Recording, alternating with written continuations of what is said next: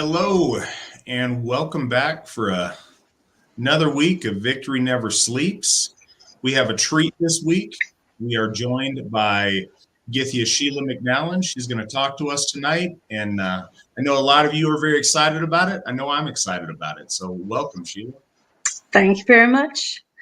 Yeah, love the name Victory Never Sleeps. It's making more and more sense as weeks go by and you have so many great guests on. Anyway, excellent name. Well, I appreciate that. I liked it. It's really important to me that we always keep moving forward and stay active on it. It's easy to lose momentum, and I don't ever want us to do that. Right. We got our first question is for Matt. If he sees this, will he ever iron his flag? So I don't know. It's a good question. I tried throwing it in the dryer with a wet rag thing, and it didn't work well. And I'm worried that the young Chinese children that constructed the flags made it out of materials that are not iron friendly. So that is the short question on that. And Sarah has a monetized question, and we will get to yours first up when Sheila's taking questions, but I want to get an introduction in first. Sheila, in a lot of ways, you don't need an introduction, but I think one is warranted anyway for people that maybe aren't familiar about, I don't know, just how long you've been involved with the AFA and what brought you to Asatru. Well, my goodness. I was almost to a point where I was looking back into my Catholic upbringing. I was Irish Catholic, like so many people. But I had gone through teacher training and was living up here in the mountains and happened to get my first teaching job. And there was a teacher there who was teaching science with me, and that happened to be Mr. Stephen McNallen. And we got to be very good friends. And actually, we did field trips with the 7th graders and went out to the coast for an environmental ed weekend. A week. And, that's where I really learned about the Norse gods. I'd never studied them myself. But he, kind of filled me in. He actually did a skit around the fire, and I did a little Celtic skit around the fire. It was really fun. But for a long time, I thought of it as, quote, the Viking religion. That's the way it came across to me, even after I knew Steve for quite a while. We had a Viking club at school, in fact. I made garb for the kids, and we had pork roast and all those things. But it took a long time because, I knew my Irish roots. I knew my German grandfather. I knew my English roots on my father's side, but I didn't have anything Scandinavian.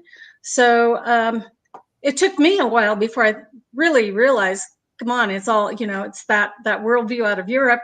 Besides that, you have all the Vikings who settled the original so many of the cities of Ireland, and it just all fell into place eventually for me. But it wasn't something that came really naturally to me. I just, because I'm very aware of heritage and ethnicity and those things, I thought that's really cool for other people, but is it right for me? And but I was there. Steve and I hosted a couple of early gatherings in the early days before there was ever an Asatru Folk Assembly. And in fact, we kept talking about our folk. We're going to have the folk over. We're going to reach out to the folk. And it occurred to me when we were looking for a name for this new organization that we were starting that obviously Asatru Free Assembly was not going to work.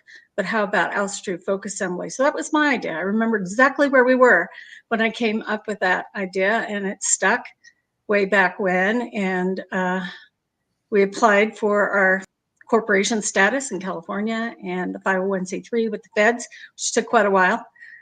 They went over it with a fine-tooth comb, but eventually we got that. And so 1997 was the official letter of that they sent, but it was in the works for a while. And anyway, that's kind of where this all began. So I was there on the ground floor and even before, which was really fun because I did not know where this would all lead. We had some grand ideas, but nothing like 4 Hofs or 10 Hofs or whatever we're eventually going to have, and I'm sure we will. There's no idea that would ever happen. So Sarah wants to know, could you share with us one of your favorite memories from within the AFA? Oh, my goodness. Oh, favorite memories. Oh gosh. I mean, remember so many of our nightly bloats that Matt has done. The nervousness of my ordination bloat, ordination following bloat was pretty amazing. I remember some of the beautiful bloats at Winter Nights in the Poconos. It meant a lot to me. Every single woman who ever did one did it with grace and with great depth, including Katie Erickson. And I think there's something very special about the way our women do bloat and bring in the essence of the goddess and the mothers and our ancestors in a way that is truly moving. And I've always felt that at all those bloats. So those are just a few examples. All right. Well, Sarah also would like to know, and Sarah, I appreciate the donations. She would also like to know, before I get to that, if anybody does want to donate, you can do that on Entropy, and Nick can drop that link in for us. Well, there we go. A little better. Okay. Okay. So we have on Entropy, there's just, if you want to give us a donation, that's awesome. Give us a tip. Or if you want to have super chat where you monetize your chats. Right now, we don't have a lot going on, but here in a little while, it may be stacked up, and we'll always make sure to get those first. But don't feel any pressure. We are both going to stay here and answer any and all questions you guys might have until we get them all answered. But it is nice if you guys want to help out on Entropy. So Sarah asks, could you tell us a little bit about what the beginning of the AFA was like? Well, you have to realize that there was no internet. The best you could do would be to send letters and make phone calls. And the phone calls are pretty rare. So it was pretty much local. We gather with the few local people we knew and started bringing in people basically from Northern California for our first few events, which we called leadership conferences. And I remember going out to school and bringing back tables and chairs and things like that and getting all set up because we wanted to do it right. It was always, let's do it right. We also had an early kindred. We were into kindreds at that time. And so we established a local kindred with a group of very close friends. And we kept that going for quite a while. We would always have a wonderful feast. We would always do symbols. Sometimes we had music. We had live musicians come. But we were also producing the Runestone, which was a magazine. A lot of you have seen it. It's online there on our in the library on runestone.org. And that was kind of fun because those were all produced locally. And I did all the layouts for the big format ones that you see. We also were producing one called Wolf Age too at that time. And we would have people over and it would be, that stuffing party. Here are the envelopes, here are the stamps, here, and you stuff it, and all that kind of thing. And that was really fun. It was very, very a dynamic time to get people together and actually work together and get those out. But that was the only way we could communicate. So it had a very slow beginning and it was very locally focused. And eventually we started kind of expanding to doing the larger events that we're, of course, known for. And those started taking place. The first ones we did were out on the Mendocino coast of California at a place called Mendocino Woodlands. And it was a really cool camp because it had been built by the CCC Corps in the 1930s. So it had all these little log cabins with stone fireplaces dotted all along the hillside, trails everywhere. And very, very you would say Norwegian, very Northern European feeling. And, we bring in people, again, literally from around. So we get maybe 60 people, 70 people to those, quite a few kids, do our own meals, and do all the things that we're known for now. But it took quite a while to get there, too. That was about a 10-year span between the time we really began and started doing our big events. So, it felt dynamic. It felt really wonderful. And of course, in that time, in those early years, not only were we doing all this, but that's when the Kennewick Man saga, I'll call it the Kennewick Man saga, that began in 1996. So that was very early on in the whole Alsatru Folk Assembly to have the Kennewick Man situation pop up like it did. And that dominated a lot of our lives for several years, which was very exciting. How long did that run, the AFA's involvement with the Kennewick Man situation? Well, it started in 96. He was discovered in late July of 96. And by a month later, it was just very strange. You know, you could say somehow weird happened and things fell into place. And we happened to have people up there where he was discovered, or very close to it, who we had a lawyer friend. We had Thorgrim was up there. Our friend Thorgrim was building a house there next to our lawyer friend. And we had other people up there. And so we had these contacts that just made it all kind of flow together.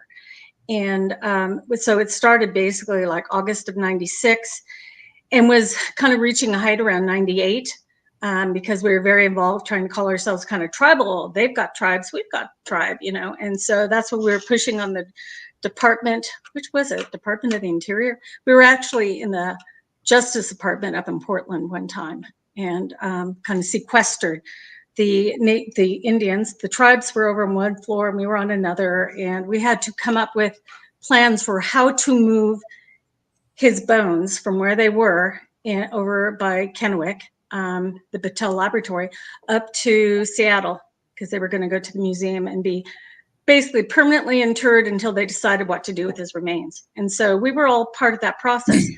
You know, how does this get done? What are the standards that we want everything to be maintained? And we ended up being right there. They actually had to do an inventory, and that was one of the most exciting things, was to actually be, you know, 6 feet away from Kennewick Man, laid out there, all of his bones getting measured and weighed and put in bags and all that. We got to be there, and we have some wonderful pictures from that time. It was very exciting. By the time 1999, 2000 came around, we were kind of out of money. In fact, it had all been by donation. You know, the government had over $1 million put into it. We had, you know, a few thousand, but we did well. And we had Kennewick Man coins that we were kind of peddling at the time. And we got to the point where we just could not maintain it anymore. And he just, by that time, Kennewick Man was sequestered. He went into the kind of a cool vault there at the Burke Museum and was placed there until such time as he had more testing done. And they eventually determined that he was most closely related to one of the tribes. So the tribes ended up getting his bones, and they secreted him away and buried him someplace where no one knows. And so that is the end of the Kennewick Man story. And I doubt if there will ever be anything more, because I don't think he'll ever be removed from that location. But there might be others as well. You know, it was at the same time that Cheddar Man was being, the same exact time, same month.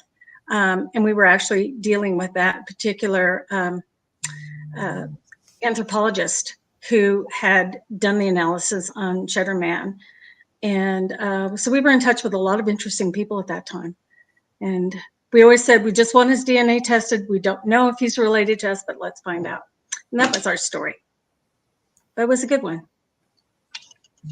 We have another question for you, a monetized one from Tanner. Thank you for your donation, Tanner. Hey, Sheila, good to see you on the show. What are the biggest changes in Asatru that you've seen through the millennium?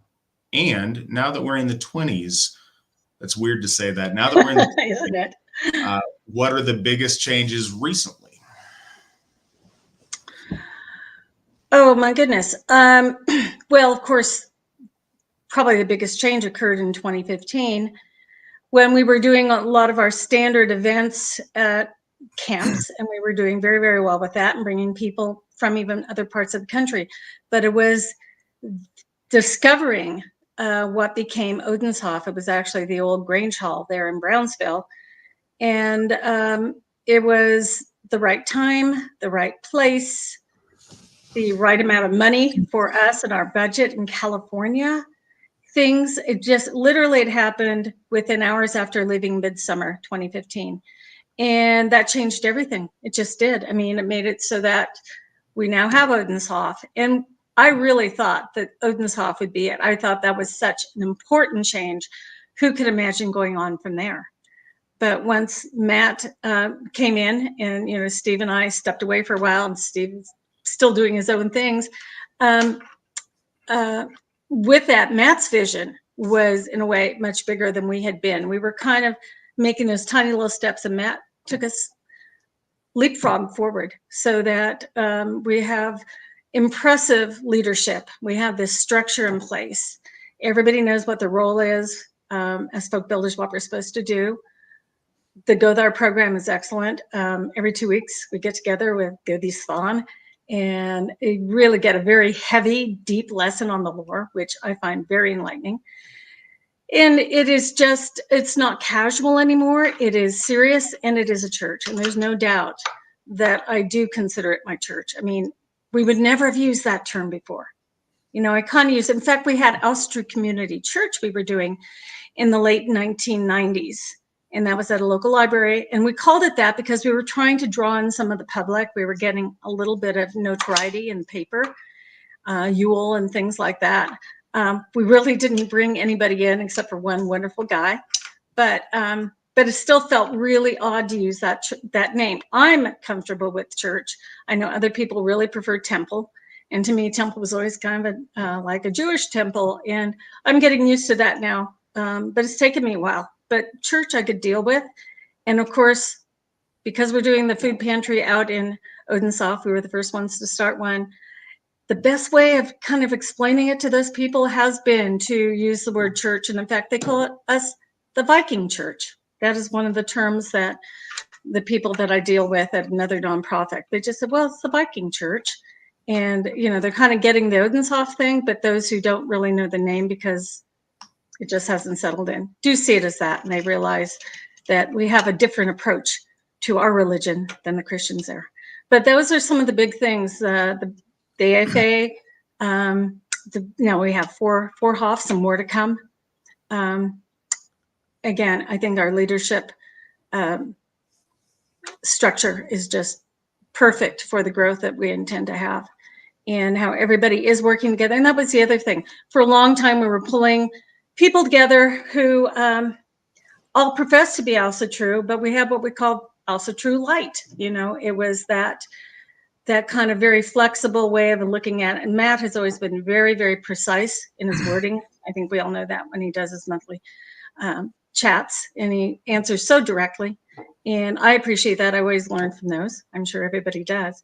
But that conciseness of language is what is really in place and makes it clear. So it's never ambiguous, really where we stand. We get that. Excellent. So we've got a tip from Roy, $5. Roy, thank you. We much appreciate it. Greetings from Monroe County, Georgia. Last overnight stay on my way to Njordhof dedication. At a campground in heavy rain. Drove 1 Thorshof distance today.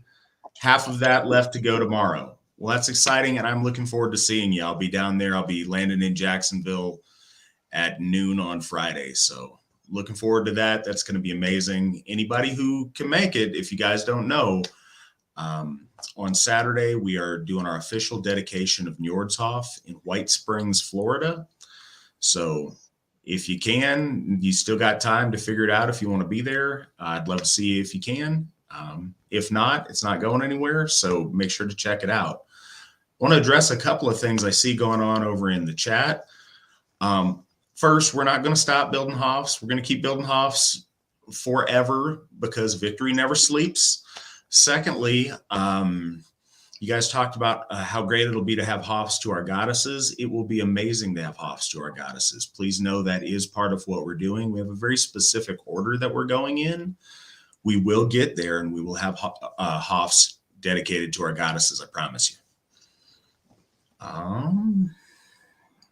Looking over at the questions. Oh, okay. I think this is in reference to the Kennewick Man story. The story is epic. Wow. Is there anything created about this on YouTube? Wow. Truly, truly epic. Are you aware of anything? Yeah. Well, Steve and I have done a basically a PowerPoint presentation we put together for Odenshoff Midsummers. So we have our own pictures, we have our storyline pretty much there. But the one place where you can see a really interesting look back in history was a video that was made by Channel 4 in England. And they came out here in 1998. And they traveled through the Northwest, so they met all the key players up there, Dr. James Chatters, and they talked to Owsley out at the Smithsonian and all these people. And they tried to tell the story, but it was also kind of like a docudrama. You know how those things go. But it was very, very well done. I mean, we loved it. But they came out and they spent time with us. And it was back, if you start looking into Kennewick Man, you'll see it was a time when we were wearing garb. Steve would dress up in garb. I made a really pretty black velvet tunic for him, and you know, the hammer he still wears I made for him just prior to that, and he'd always wear his black or his blue cloak, and he'd use that for his altar and all those things. You know, there was a lot of tradition we put into this. I mean, that was how we were doing things back then. But besides that, they did come out. They actually, we marched into an area where we did bloat on our property at the time, and we allowed them to videotape an Odin bloat. And you'll hear the Father song in it. We would never do that again. We realized that was a mistake, that our bloatar should be kept private. And so we don't do any videotaping at any bloats anymore, sometimes stills, but not a videotape. But it was a lot of the great stuff. You know, our viewpoint was expressed by Steve, and they did a great job asking own questions. He got to explain truly what we were after, why we were concerned, how we thought we might be connected. So many other places kept saying we thought he was a wandering Viking. We never said that. Of course, that's what the media wanted everybody to think. So we, again, got a lot of flack for what we were doing. In fact, a lot of Asatru at the time actually took the side of the Indians, and they even convinced the Asatru Falag over in Iceland. And was it Yomadur Ingi, who was the head at that time? He actually said he thought it was wrong for us to be involved in the case, which is really strange because he knew nothing about it. But they told him, say that. Said the AFA was bad to do this. And he went along with that. But so anyway, as for what to see on video, even through Amazon, they have Homicide in Kennewick. They have shortened the whole original time. It was like an hour and a half. It's down to about an hour now, but they still get Steve plenty of time in that, and you can hear his views. And it did end. It was 1998, so it was still a few years before they came to a conclusion as to what to even do with Kennewick Man. But it gives an idea of who the key players were and why we thought he might be related to us ancestrally out of Europe. There was the Solutrean stuff. You guys probably all know about that. And of course, the Beringia land bridge. And now we're finding Northern Eurasians were part of the migrations over here. And those are also our people. Ours went west and they came east. And so it's really a very complex story. We knew it was. And we pushed on it. But Homicide in Kennewick, available through Amazon. And we actually have the full CD and probably will make copies sometime. It was actually bought by the Discovery Channel. They bought it from Channel 4 and they were going to show it. It was going to be here. We were told a certain date it was going to be out. And guess what? It went into a dark hole. It never appeared. They would not allow anybody to see it because it was so controversial.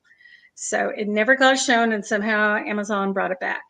And it was the full one there for a little while. Now it's edited, but it's still okay. So anyway, kind of fun. You get people together, do some popcorn, have a beer, root beer, whatever you want, and watch that. And you get to see some AFA history. Good deal. We got $25 from Folk the Rude. Thank you. You have donated every time we've seen you on here for the past several weeks. I appreciate it. You are on your way to Florida. What time does everything start at the Hoff? The man you want to reach out to is Lane Ashby. Lane Ashby is our folk builder, one of our folk builders in Florida, and he's been really taking a lead on this Hoff. This is very much his baby, and I know he's taking care of the scheduling of events. I can't tell from your screen name, so I apologize. If you are already a member, awesome. If you're not a member, just go ahead and contact Lane and have a conversation with him so he can give you the official go-ahead that it's all good. And I'm looking forward to seeing you there. Excellent. Thank you so much, Nick, for popping the address up there. And if you can't get Lane or if anything goes strange, please feel free to email me, Matt Flavel at runestone.org, and I will help you also. I've got a question from Sarah, again, with another $3. That is much appreciated. For Matt or Sheila, let's do Matt and Sheila, because I like this question, and I think Sheila is the perfect person to answer this question. Since the AFA is growing, what are some ways that keep the personal/family aspect of the AFA so our folk don't end up feeling like numbers? Do you want to go with it? I do, but you know what? To lay the groundwork, one thing that has always, I've had the pleasure of working with Sheila now for many, many years. And when I first joined as a folk builder up to this very day, it has always amazed me how Sheila is so amazing at knowing our membership, knowing the most, intimate, who's this guy's, who somebody's dating, what sports their kids are in. She knows the family life of so many of our members, and it's always really impressed me. Sheila is amazing at seeing all of these folks as truly members of our AFA family. So what advice do you have about that, Sheila? What do you got?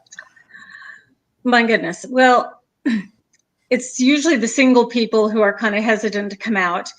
And I always tell them that when you come to an AFA event, it should feel like you're coming home. It should feel like family. I say that over and over because that's the way I approach it. I really go out of my way to make people just come in and blend in. Children come in and find other kids, so they're feeling very much a part of it. One thing we did, and I actually had in my notes after listening to Rob's thing this morning, was Matt insisted that throughout COVID that we continue to be together, that we gather at Odenshof every month. I think there was 1 month we really couldn't because of quarantining. Other than that, we did. We had well over 100 people to Midsummer 2020, and it continued with 2021. We never wore masks. Nobody ever got sick. We were still passing the horn. But if somebody had wanted to wear a mask, they could have. Nobody would have faulted them for that because there could have been, of course, a reason. They can do whatever they want. But that was so good because it let our families know that you're in a healthy environment. We want you and your children to come and interact and meet other adults and other children, other families, and share. So we really have grown in terms of families. It used to be that we would have events and it was a lot of single people and a few kids. And now Odenshof sometimes will have 40 kids, that's not too unusual. Easily 20 to 30 on just a typical monthly event. But I think obviously you need to bring up Alsatru Academy. I should have done that before. What are some of the changes? Obviously, Alsatru Academy, which, we're just on the threshold of that. It's so exciting to see that all taking place. And I think that's going to make such a difference for our families. I just can't imagine, even as a teacher for 30 years in the public school system here in California, I can't imagine putting my kids in any kind of an urban type school. I know that sometimes the rural schools are still very traditional. I actually taught in one, but not all are. And I would never put my kids in a school with a lot of indoctrination. So I totally support that. And I think that more families, we have babies being born all the time. They're going to find their way to AFA because of the Alsatru Academy. And it's going to be a wonderful place for them because it's going to be the kind of childhood that we grew up with. Playing with kids, going out and playing, having fun, staying out late, all those things. Plus we get to add our religion, our lore, our practices, our traditions, our holidays. And that it binds everybody. So, I the question, I think, is very important. The bigger that we grow, it is more of a challenge. There's a certain number of names you get in leadership to where it does become difficult for any one person to know very, very personally each one of those members, but we try as best we can. And that's something that we really rely heavily on our Gothar and our folk builders to do. So that's one of the good things about them, is that they're that local face of the AFA, but it's a two-way thing. So our folk builders are the face of the AFA to their local membership, but they're also the face of that local membership to the rest of us. And they let the Gothar and up to me know when a member's going through something, or when somebody has a need, or when somebody needs to be reached out to, or just when somebody's got something going on. So we try to be very, very connected with that. One of the things that women have always done so well, and our ladies in the AFA really excel at, is networking with the other women in the AFA to build those connections and to build that web of families that know each other and that share with each other. I know that Sheila has always been amazing at that. Mandy helps me so much by, keeping me informed about, the goings on with individual members and their families and what everybody's got going on. I don't want anybody to ever feel like a number. The attitude that Sheila talked about welcoming people in as family and them coming home, that was so important to me when I joined, and I'm doing my best to do justice to that. It's one of the nicest things that I can hear from a member, is that they felt like they came home when they joined the AFA. Roy, thank you for $3, and he wants to give us a little bit of clarification on what a Thorshoff distance is. I just defined one Thorshoff distance as 20,000 feet, which is 378.78 miles, and a bit short of my actual distance to the Hoff. Already left for Njordshof on Monday and have been camping. Well, I really appreciate the pictures that I've seen of that too on you and your camping adventures. Looking forward to seeing you this weekend. Got some other questions stacking up here. Okay, this is one that we get often. Is it right for pagans to call it a church? It's useful and it's practical, and I don't think it's wrong. I think that if we were in a complete bubble, then you could call it whatever you like amongst yourself and your small in-group. But what's so important about communication is clearly conveying an idea. And when you refer to, and I should specify, there's two separate things. There's the building, and I don't ever refer to the building as a church. It doesn't offend me if somebody does, but I always refer to the building as a Hof so that people can learn what that means and what that is. But I call the AFA as a international religious body a church, because that word means something, certainly in the United States. And again, I don't know where everyone's joining us from tonight, so linguistically it could be very different in your country with local connotations. In the United States, though, a church has a meaning, and there's no other word for a religious body that carries the same meaning, or that's as familiar to where people understand what you mean. And within Christian churches, there's such a diversity that nobody associates church with one particular sect of Christianity. It already is diffused a little bit that way. But it's really the thing we found that's been most useful to convey what we're doing. A lot of that comes in play with legal things, with situations at work, with HR or whatever else. When you're describing to somebody who doesn't know what's going on, oh, me and my pagan religious group are getting together this weekend, so I need the time off.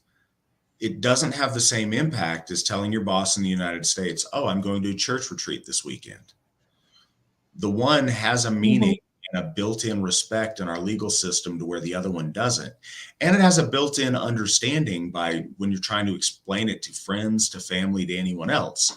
When they ask you, oh, what church? Then by all means, tell them the Asatru Folk Assembly and explain explain as much as they want to hear, but to specify that we are doing something specifically religious, protected, and important, church is the best word we have for that. I'd also like to point out that it's not a Hebrew word. It's perhaps a German word, perhaps a Greek word. I think the Greek word tends to get the most play, but either way, those aren't Hebrew words. Those are Aryan words. True.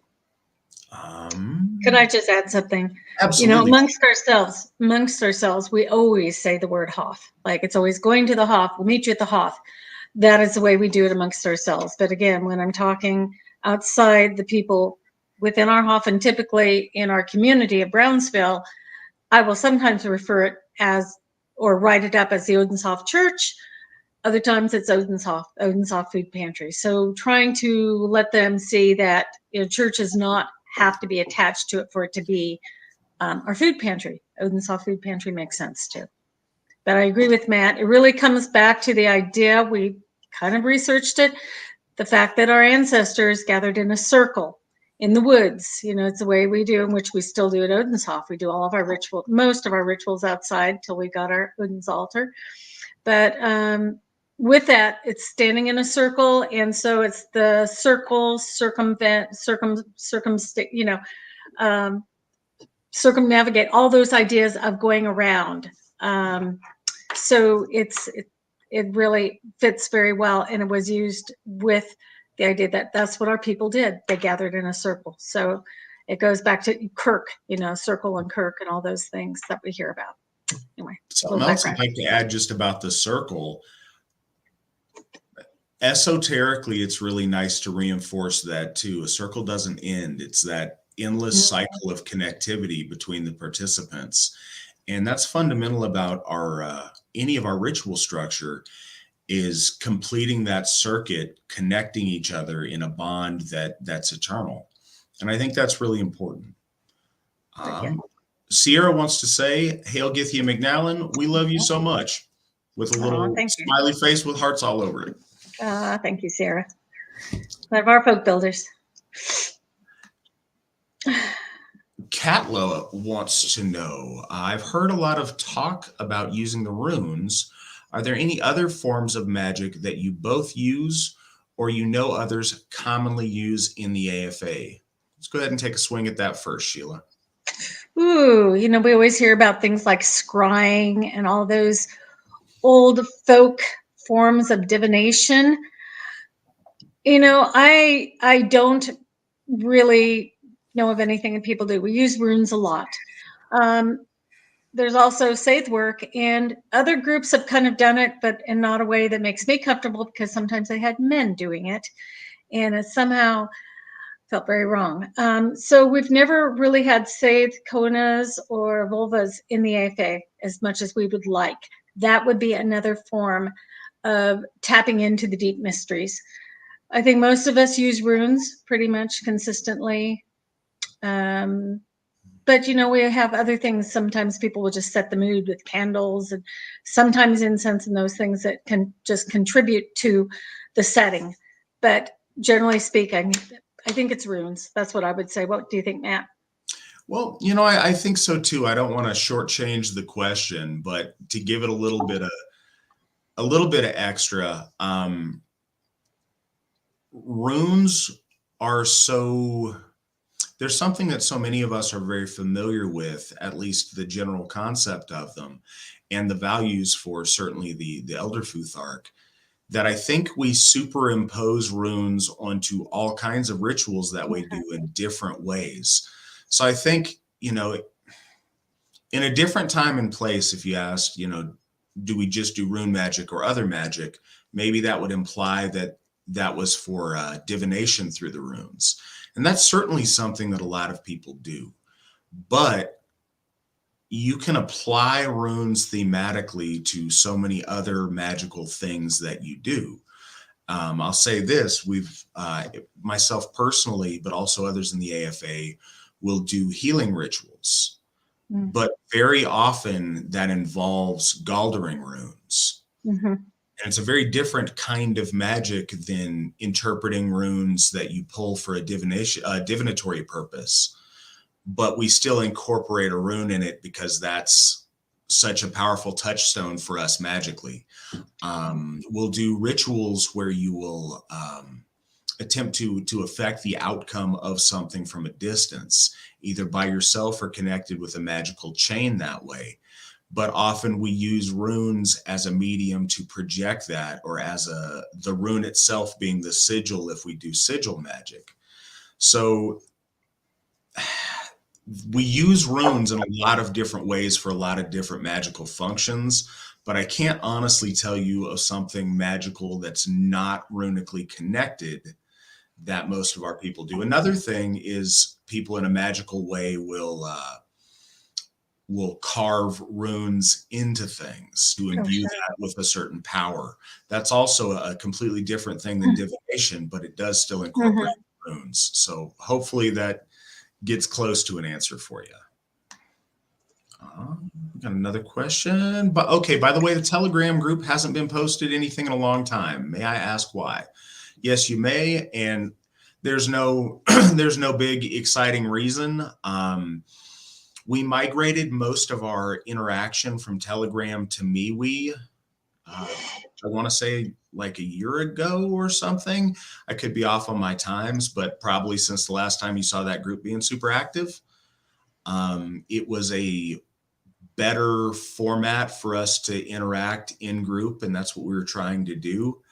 But moving from the one to the other, it's taken focus away from keeping that published right. As a matter of fact, we had somebody reach out today to volunteer to try to revitalize that group and make sure it still looks active and that we put more content in it. So I'll try to move on that here with that volunteer. But no, there was no crisis or anything. It just, we moved over to a different service, and Telegram got kind of put on the back burner. I'd like to add something too. The problem with Telegram for a lot of us is the fact that people use fake names, and you never know who you're talking to. And in fact, here on this chat, a lot of you have used really clever little names that you probably are not known by outside of these chats that Matt is doing. Perhaps you're using them, but I don't know who you are. So a few people, I know Sarah, I know Sierra, but it makes a difference if you know who you're talking to. So that's one thing we did with MeWe, is that everybody it's very clear who you're talking to at all times. And I really personally appreciate that. It just clarifies everything. You don't have to, there's no mystery. A little more inside baseball to that. And I know a lot of people like a lot of functions on Telegram, and this isn't a criticism of the platform, but more of how our people were using it, especially when, and there's obviously a time and a place to have a cool handle or whatever. This is a perfectly fine place for it. But what we were trying to use it as was a place for our members to build relationships and talk with each other if they were at distance. And we would get a couple of socially deficient people that would get in there and be very, very contentious. And the trouble with the running stream of chat is that by the time we were able to moderate it, a big problem had already metastasized. And we ran into that a few too many times. So that's why we decided to make the move. So that's a little bit more to, what we were thinking about it. Brandy says, Gythia McNallen, I was very happy to be a part of a morning ritual at Charming of the Plow this year with you and Mr. McNallen. Yes. Is there any part of your daily Asatru practice you would share? Yes. Well, that is what we do. My husband and I started probably 2-3 years ago doing a morning ritual. We have a beautiful view of the rising sun. We can actually watch the sunrise from midwinter to midsummer, the solstices, and we get to see the progression along every day, how it changes. And we go out on our deck, and we actually do the Brynhild's her speech from the Sigdrifamal. So it's hail to the day, hail to the sons of day, hail to night and its daughter. And we do that together. We take turns. Steve does it one morning, I do it the next. And then we have this this really very touching thing that we would never not do. We even did it. We went camping this last weekend up at Lassen with 4 of our friends. And we did it as we faced the sun, and we did a greeting to the day. And we did it. And so we always, we galder, we clasp our hands, and we galder gabo. It's what we do. We just go gabo together, just intoning perfectly. And then we switch and we do ewaz, which is the partnership. And we do that also clasping hands. And we end with a hug. And that's how we start our day. And it's really a beautiful confirmation of who we are and our relationship and how we want to make it most positive day we can together. And it works. And I encourage other people to do such things. So thank you for asking about it, Brandy. We're not embarrassed doing it in front of people. And we also did it at the Hoff last month. We did a greeting to the day, and Steve and I always finish that. And other couples can do it too if they choose, but it's what we do. So we got a question from Tanner. He wants to know what Steve has been up to lately. Oh, Steve is, for a lot of you know that he has a system that he came up with that he calls the 3 cauldrons, and it's about very much like chakras, but it's 3 places of the body where he works runically with it and galdering, and actually there are 2 runes associated with each of those 3 cauldrons. And what's really cool is the last one up here on his head, he actually has a tattoo of the trihorns that we have. The AFA trihorns is there on his top of his head as that Onsus connection with Odin. So he's doing that, and he's putting what was his masterwork with the Rune Guild, and he's putting that into book form as a practicum so that people can actually apply the principles in their daily practice. He is, oh my goodness, he does his own personal gonna live forever because he has too much to do. So he works hard at taking care of himself, going to the gym, eating right, getting exercise, and all that kind of stuff. And he's got a new website. There we go. And in fact, Tanner helped us with that. And so StephenMcNallen.com, if you guys are interested. We put in a lot of the old articles now, and we're selling Steve's book there too. So if you want an autograph version, you can get that. And we're just launching that now. And Tanner was great helping us do that. And also Voton Network, same thing, which is also something that Steve, when he basically retired from the AFA, he started doing Voton Network. And that, he went, obviously, was the things he didn't do while he was running the AFA, because he focused much more on that, but he kind of had that free reign to do a little more self-discovery when Matt took over. And so Voton Network has been one of his projects all along. And there's a website that Tanner is also developing for that. So anyway, those are some of the things. He stays very, very busy, believe me. And we still try to get a lot of time in for ourselves, because that's really important. Supposedly we're supposed to be in retirement. Doesn't really feel like it. We work pretty hard. But anyway. Okay. All right. So Finn would like to know, what does the AFA think of members who have family members who are Christians or atheists, and family members who might not be okay with views on things like race? Are you allowed? I'm going to try to get at the meat of the question. Certainly, if we have, I think probably all of us have family members that are not Asatru at this stage of Asatru's development.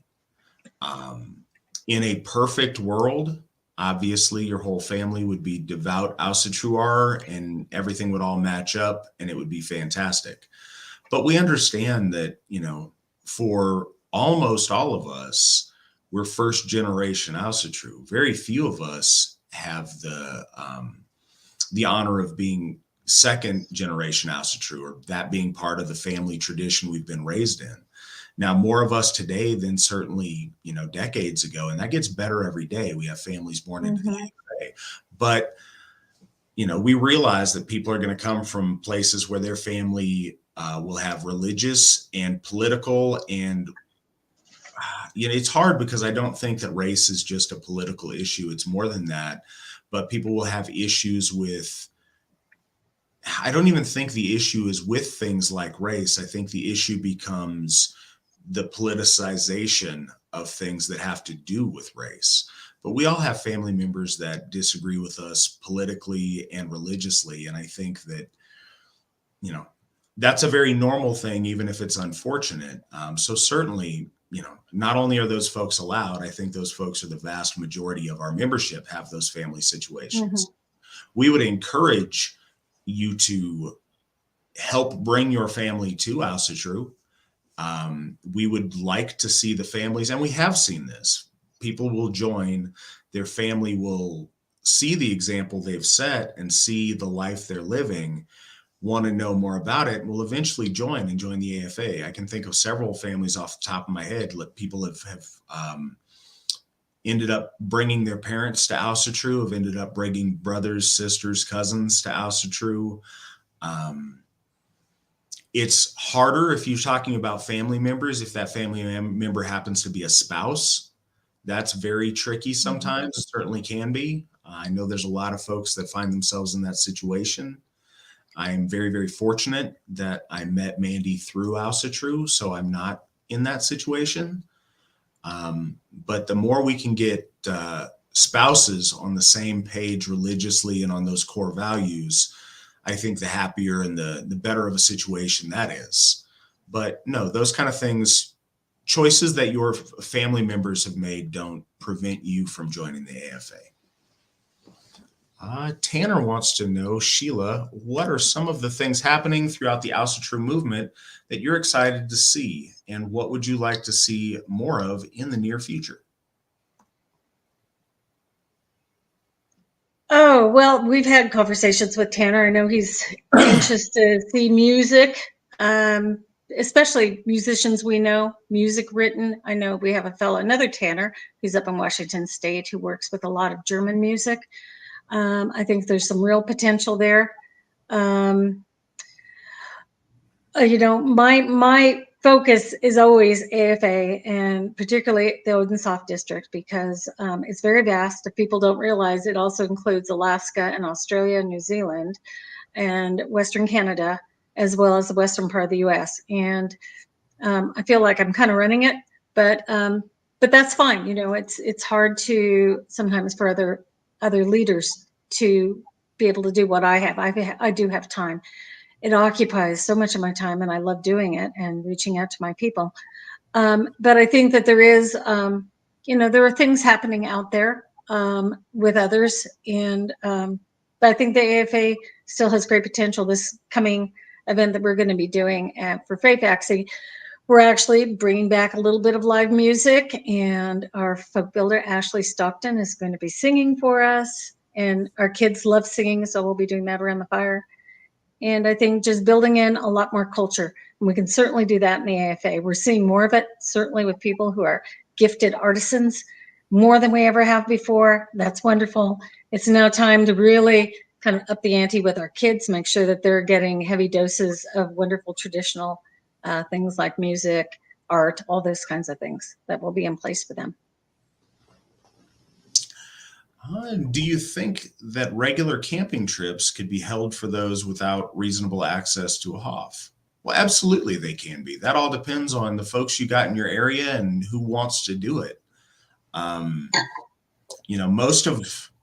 Most of us who've been around and involved with Asatru all of us who've been involved in Asatru before 2015 didn't have access to HOFs. Mm-hmm. And, many people still don't have very reasonable access to it, even though we have 4 now. Now it gets better every year, but so many of us started out doing outdoor things, be they in a park or be they, out in the woods camping. I know growing up in Alaska, that's certainly something I did a lot of starting out, was those kind of camping, hiking rituals. And we would do those in all seasons of the year. And Alaska can be unforgiving in particular seasons, but there's many times we'd hike, in the snow out to different spots in the woods or up on mountains to do bloat and to do various rituals. So of course that could happen. It all depends on where you're at and who you can get together with and how to make that happen. If it's something you're interested in seeing in your area, I'd suggest reaching out to your local folk builder and trying to arrange something like that happening. We love to see that. That's fantastic. Yeah. I'd also like to add that a lot of people don't have a folk builder nearby, but in any district, all the folk builders are there for you. You reach out to them, reach out to the Gothar in your district, and we can arrange for somebody to host an event, whether it's at a park or a camping trip or something else, who is not in leadership. We want to know how it's done and give guidelines and kind of keep an eye on it. But it doesn't require a folk builder to do that, so long as you're working through a folk builder. So you could actually host, plan a camping trip with 4 or 5 people and have a great time. And hopefully somebody would step up to be a folk builder. We need more of them. Yeah, absolutely. Folk builders, through the magic of the internet, our folk builders are very good at being able to help arrange stuff, even if it's at a great distance from them. So that's always a really good resource to use. Is anyone familiar with the author Helen A. Gerber? Gerber. Yeah, I am not. Are you, Sheila? No, I'm not. All right. Apologies. I don't have anything to really add on that. I'd be interested to hear if other people do know about that author. When did you become Alsherjargothi, Matt? Officially, I became Alsherjargothi at midsummer of 2016. So, yeah, 6 years now. 6 years. Mm-hmm. Yeah, it doesn't seem like it was that long ago. Yeah, time is flying. Absolutely, it is. This question is Sarah for you, Sheila. Gythia Sheila, during the bloat, as you walk around the circle with the horn, you place meat on the forehead of the children. Can you explain what you are doing during this? Oh, well, we do. Sometimes it's done with a fingertip. Sometimes it's done with the sprig of evergreen that we're carrying around, the tine, that piece of greenery. But it is a blessing. We're all taking part in the circle and inviting the wonderful spirit and blessings of the god or goddess to be with us. And we're also doing our own offerings to them. Of course, the offering comes first, and then we receive the gifts from them. But in giving out the gifts, of course, we want to be able to share the mead with our children as well. And so typically we have meat in a horn. Sometimes there's water in a horn, and some places might even have 2 horns, so that they have one with non-alcoholic, maybe apple juice or something. And of course, kids could take a drink of that. But generally speaking, children are not going to be drinking mead until they get old enough to really understand what they're doing. And I think that there's just that blessing is given to them just as it's sprinkled on the rest of the people in the circle. It's just a way of acknowledging their presence and the fact that they are important to the whole. It is, as Matt says, it's a circle. We don't want it to be broken. I tend to be a big fan of splashing the children in the eyes with the mead. It's not done on purpose, but it seems to always happen when I'm making the circle. Okay. So, Matt and Sheila, got any advice for aspiring young men and women of the folk looking to start families of their own? Sheila, go ahead and start us off. Well, I would definitely recommend that you get out and meet people. Try to attend local events, because that person you might be seeking might not be there, but might be associated somehow with the people who are there. I mean, do not isolate yourself. You've got to get out, ideally, and try to meet people. We don't have any kind of a singles group. Those have never really worked for us. And I would say it's such a noble endeavor to want to find a mate, build a relationship, a beautiful relationship, in the model of our gods and goddesses and to try to raise family with it, that I think you also can do your own personal ritual to it.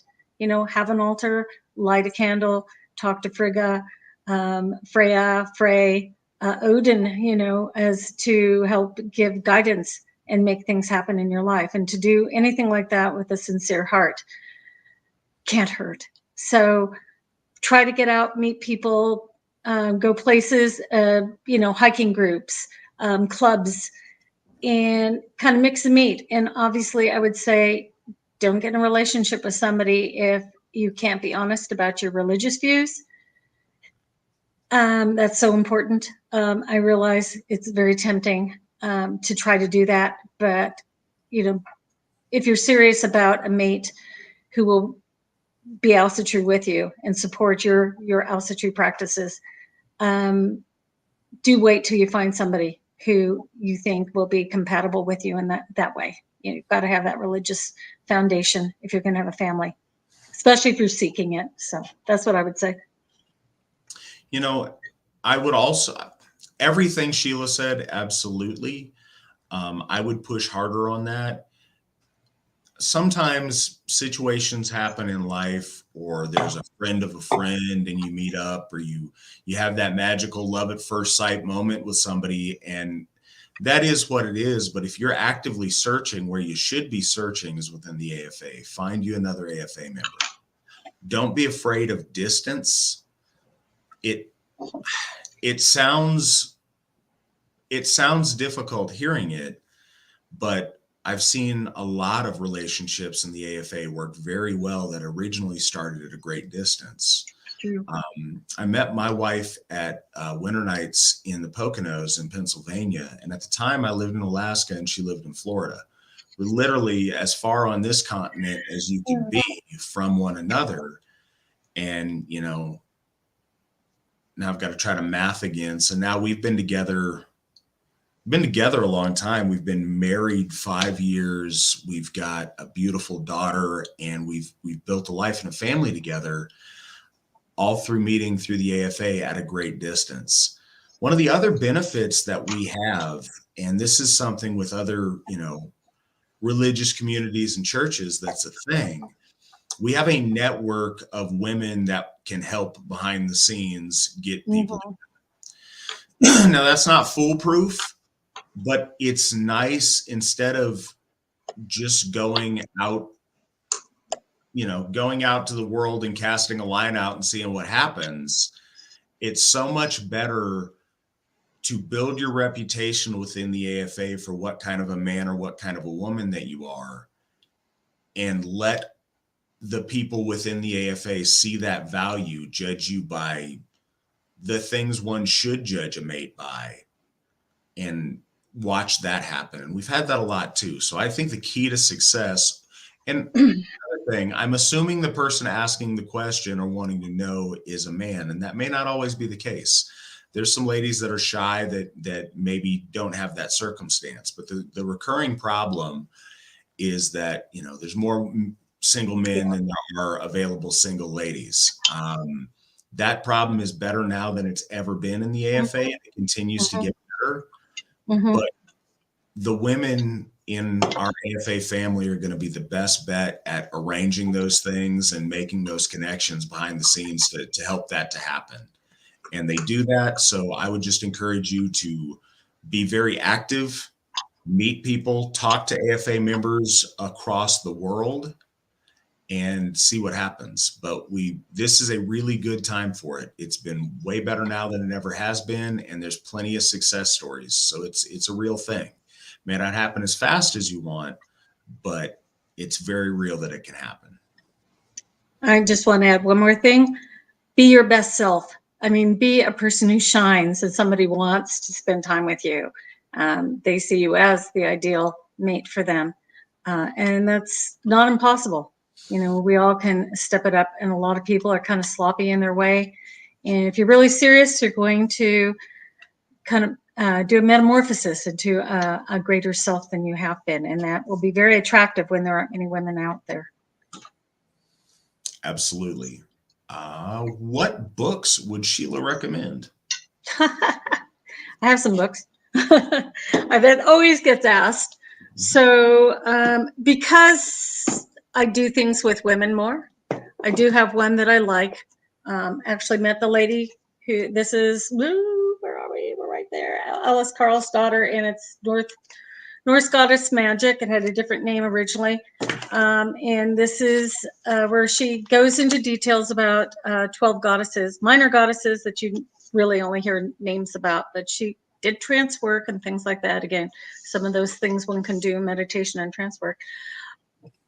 But it works really well for women because it outlines various situations, personalities, and things like that that women can relate to.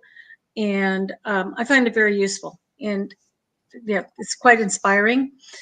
Another one is Odin's Wife. You know that one by William Reeves. People always ask about what you like for the Eddas. We have this one, which is James Chisholm. Oh, and it's a beautiful book. We treasure this one, and it's a nice version. Over the weekend, we were talking a lot because we are doing a lot of phrase stuff coming up at Odin's Hall for Faith Axie. And so the poor column, and he died in 1971, but he wrote really nice basic kind of primer stories. And of course, Dahlers is nice. And I had at least one more thing. Oh, Norse myths. You know, I was going through this again today, this one by Kevin Crossley Holland, and I went on Amazon, and you can get this book for $17. And it's very similar to Children of Odin. It tells the stories, the various stories of our gods and goddesses. But he also goes in a little bit more detail on origins of words, you know, breaks them down, and there's more background. So it's much better geared to adults, I think. And those are just some that I would recommend. Don says, Gythia Sheila, wonderful DCear bloat at Winter Nights 2018 in the Poconos. Aww. Could you recommend some ways to connect with DCear for those who may not have had such good relationships with their close family? Ooh. Well, anybody who knows me, if you ask me what my hobby is, first and foremost, I'd say genealogy. I've always done it. I was raised with the sense that you're Irish, you know it, right? You know, it was one of those things. And when I became an adult and had means to start going to library, well, anyway, I started searching it, and I love the idea of family trees. And you can do free ones online if you don't want to get an Ancestry.com account. But the nice thing is you can start building in the stories of these various ancestors. You'll see what they lived through, the times they lived through, you know, what they did for a living, how much money they have. And yeah, it's really hard sometimes when we have close relatives that we've known, mothers, fathers for that matter, who have been terrible at parenting. And I know people have that. And so my thing is, it's okay to skip a generation. You can leave those people beyond, but know that you've got, as we always say, winners back in that line, or you wouldn't be here today. Those people who forged a life for themselves, who went through all sorts of setbacks and travails in their lives, but made it and had children and raised those children, and here you are. And we really have to think about, we are a composite of all those ancestors, and it is wonderful to acknowledge them. You know, you can certainly do an ancestors altar.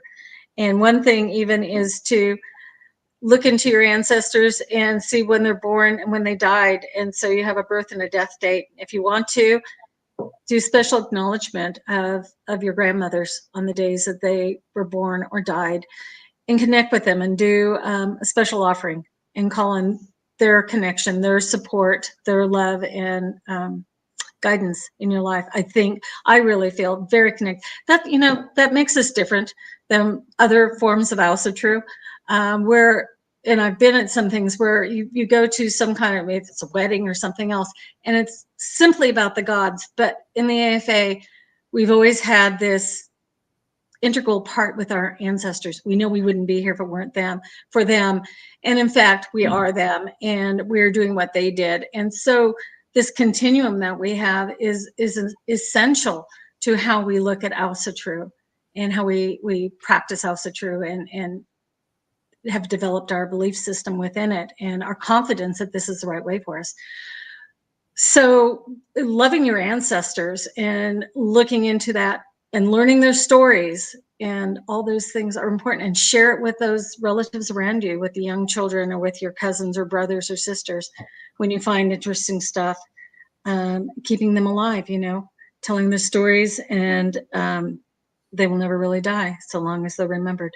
So there are some good people in your line, mothers and fathers. Again, it's the details matter so much on why the relationship wasn't good. But I'm trying to think of the best way to put this. If we're very sincere that we believe that our ancestors hear us when we go to the altar, when we pray to them, if we believe that they exist, I have to also believe that they have regrets about relationships that didn't work the way they wanted, and that they maintain an interest in their families. I'd like to think that death is a big enough life change that it makes you reevaluate folks. I know that often it makes living people reevaluate the relationship or lack thereof that they've had with members of their family once that person's passed. I have to assume that on the other side, your family member might be feeling the same thing. I think there's value in trying to mend those relationships. And I think that after someone has passed, perhaps both of the people are in a emotional place where that's something that they're more inclined to do. And I think there's a value in making that effort either way. But again, the details matter. It's just something to think about. Our ancestors living on and looking on from beyond the veil isn't just something we say. It's something that we internalize and we believe. And if you believe that and you think of it in that way, I think it opens up some possibilities that maybe other people wouldn't think of.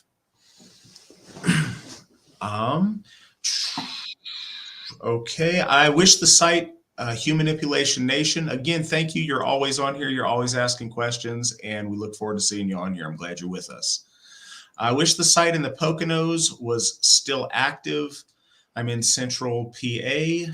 Has the Hoff site been decided upon? Western PA or Ohio? So first, a site, no, because we're still a little ways out. I've been updating that with our runestone even this last month on how close we're getting. We still have, we've already paid off, I believe, 35% of the total value of Njordshof, which is fantastic for this, this far in, but it does mean there's still, now I got to math, it means there's still 65% that we do need to come up with before we get there. And there's some other benchmarks we need to hit before we get there. So it's a little bit premature to look at a specific site, but as far as a general site, you're right, Western PA or Ohio. And realistically, if I was betting on it, I would bet somewhere in Ohio. But again, we'd like to keep it close to that Ohio-Pennsylvania border. So that's where I am aiming for Frazehoff going. Arranged marriages, when? First, that's not such a terrible idea. And it's followed by laughing, and I know that we're being lighthearted with it, but in a serious way of families arranging it with children, I think we're quite a ways off from that, in a way to where friends and family start doing serious matchmaking. I think we're right there right now. So yeah, that's one of the really cool social functions in Western culture of so many religious communities and churches, is having that family built around core values that works together to help help connect people that otherwise aren't connected. And it's a very real thing. So if you want some help arranging that, you should reach out to Sheila, and I'm sure she may have some ideas. Can pull some strings or shake the tree and see what we can. It's going to be fun. We have, with all these babies being born, and we have that balanced male and female. I mean, it's going to happen. There's no doubt. 15 years from now, we're going to start seeing some of that with all these children. So it's, very possible. Absolutely. Sierra says, Gythia McNallen, you do so much for the folk and for the community. How can we ever repay you? Oh my goodness. I never came into it expecting to be repaid of anything. I've said to people sometimes, let folk builders know if they do something that you appreciate, or they write something, and that's always nice to get recognition. I am not expecting anything more than doing my job and doing my job. It's not really a job. It's, I've said it, this is my life's work. I couldn't stay away from the AFA. I retired from teaching. I actually taught the whole time we were doing the AFA. And I tried to juggle them both. And I'm glad I don't have to do that, even though I'm going back to Asatru Academy. But, I'm not a person who wants to draw attention to myself. I love having help. I love having parents come in and take charge of a lot of things. We need more of that, probably at every HOF. Certainly at Odenshof. Parents come up with ideas, help us do things for our kids. I would love that. Those are the kinds of things I would like to see. More involvement by our membership. And we have a lot of work to do on the HOF out in Odenshof. It's an old building and it needs a lot of work. So you can show appreciation to me by coming out and working side by side with other good people. Sheila, do you prefer larger or smaller events? Well, it's hard to say. The really large ones, I will have to say Midsummer and Yule, because I'm so involved in the planning of it. It's not nearly as relaxing. So for me, they're not nearly as fun. I know for a lot of people, they're just blown away by being around so many people, lots of rituals, lots of talks. Feasting together, all those things we have. And that's really important. I like the size gatherings we have at Odenshof right now. We have typically 25 to 30 adults and 15 kids, sometimes 20 kids. It's a really nice size, very manageable, and it works whatever the weather is. We can be inside, outside, that kind of thing. So it's kind of my preference, I would say. It makes everybody can mix and mingle at those. If it's too small, it just, it's fine for a small event like a camping trip. But I think when you have a HOF, you kind of want to fill it with people. It needs that energy. So that's what I would say. Probably a moderate size gathering is the best, but one that has some planning to it and structure. All right, I'm going to take a break from questions for a second and talk about something that just is. So we had a member who passed away recently. And every time that happens, it, I think, naturally makes some of us think about death and think about just things related to that. And I figured this would be a good time to mention this. Nick's got a link for you guys, but I want to encourage everyone on here to do your will. Not only to do your will, but to do your will and to send a original copy to our law speaker, Alan Turnage. There's a couple of reasons and a couple of things on this. So as the AFA has grown, from time to time, we have members that pass under a number of different circumstances.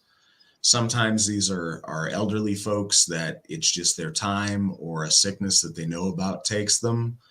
Others are much younger and tragic circumstances occur. Mm-hmm. But very, very few people seem to have their final will taken care of. I know, especially with younger people, it's not something you want to think about. That's way down the road. And I really hope it is for you. But it's really important to me that all of our folk they get their wishes respected after they pass, be that with whatever kind of funeral service they have, with whatever happens to their remains, and with the distribution of their assets and things like that. I've seen a lot of things go a different way because, as we mentioned earlier in the broadcast, a lot of folks have family that are opposed to what we do or that just don't take it seriously. I've seen a lot of people not being honored in their death the way that they wanted because they didn't have that squared away. So whatever you want, again, this is not me plugging anything for the AFA or for anything else. This is completely open-handed, open-hearted. Do your will and let us know so that our law speaker has a copy of it, so that if you should pass, we have some legal document to help inform your family on what your wishes were. It's very important. I can't stress it enough. And so many people, and I was like this for a long time, I was scared of, I don't want to go to a lawyer and spend hundreds or thousands of dollars on writing up a will. And man, maybe I'll get to it sometime. And, any number of excuses. The site that Nick posted, now I'll mess it up if I try to say what the site is, but anyways, he'll post it again. The deal is do your own will. Do your own will.com. Do your own will.com. See, it's pretty simple, but I still couldn't get it when I needed it. Luckily, we got Sheila here. I looked into it. It's free. It's absolutely free. And I asked for our law speaker to look at it. And again, this may only apply to folks in the United States. Other people listening to this, I know that Do Your Own Will was looking at some international things, but I can't speak to that. In the United States, Alan is an actual attorney that deals with, financial matters and other things. And he looked into it and he says it looks completely legit and legally binding. I've timed it. I've done a couple on there because I wanted to do some revisions. It takes 10 minutes. 10 minutes. It's absolutely free. We found the website for you. Please do your will and please send a copy to Alan. It's something that I've been thinking about lately, and I just really want to encourage you guys to do that. And so with that, I talked to Sheila earlier today about something we wanted to talk about because it's, so far it is unique and it's a really special benefit that we get with having Hoffs. Sheila wanted to talk a little bit about the cemetery that we have at Odenshoff. Sheila, could you kind of give people some background on that? Yeah, sure. We have quite a nice piece of property. There's a large parking area, but to one side of it, between the gravel parking lot and the road, there was kind of a scrubby piece of land, and we decided that would be a perfect place to set up a cemetery. It's separate from kind of our ritual area, but it looked like it would be perfect. And actually, Matt and others went out and they pasted off and figuring out like a 3 by 8 foot section, which is what we've envisioned. We figured out, I forget how many the plots there would be, but plenty. And we actually started using it a couple of years ago. And the first interment there were ashes from our Gothi, Thorgun Odin, and his wife, Katie Thompson. Their daughter passed away about probably 12 years ago. And she was also true if she was anything, she would come to our events and all that. And they decided to do a formal interment. We did that at midsummer a few years ago. And they've maintained the plants there and all that. And then we had another fellow who, unfortunately, it was a very unplanned death and a very tragic one. And his friends got together and decided, no, we're going to really do something nice with the cemetery. And they arranged to put up fencing. So we have very nice black wrought iron fencing all the way around, encompassing this area. So you will see that.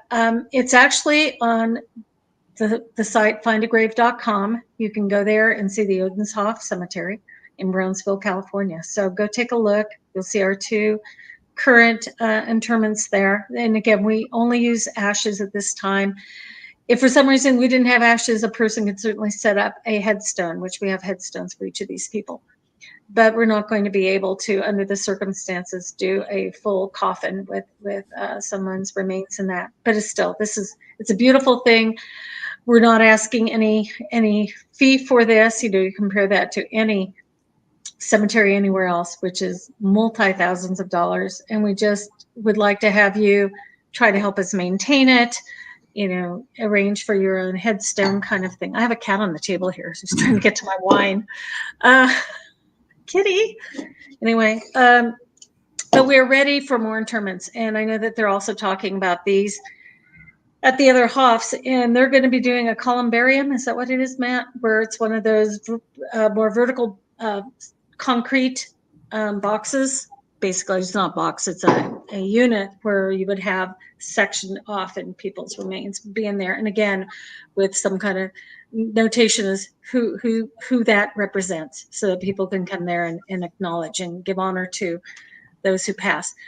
It's very exciting that we have this. It came much faster than we thought we were going to, but it was perfect timing. And so far, 2 people are there. And just keep that in mind. Again, if you do your will and you would like to have your remains in a memorial done at Thorshof or Njordshof or Baldershof, put that in your will and we can make that happen.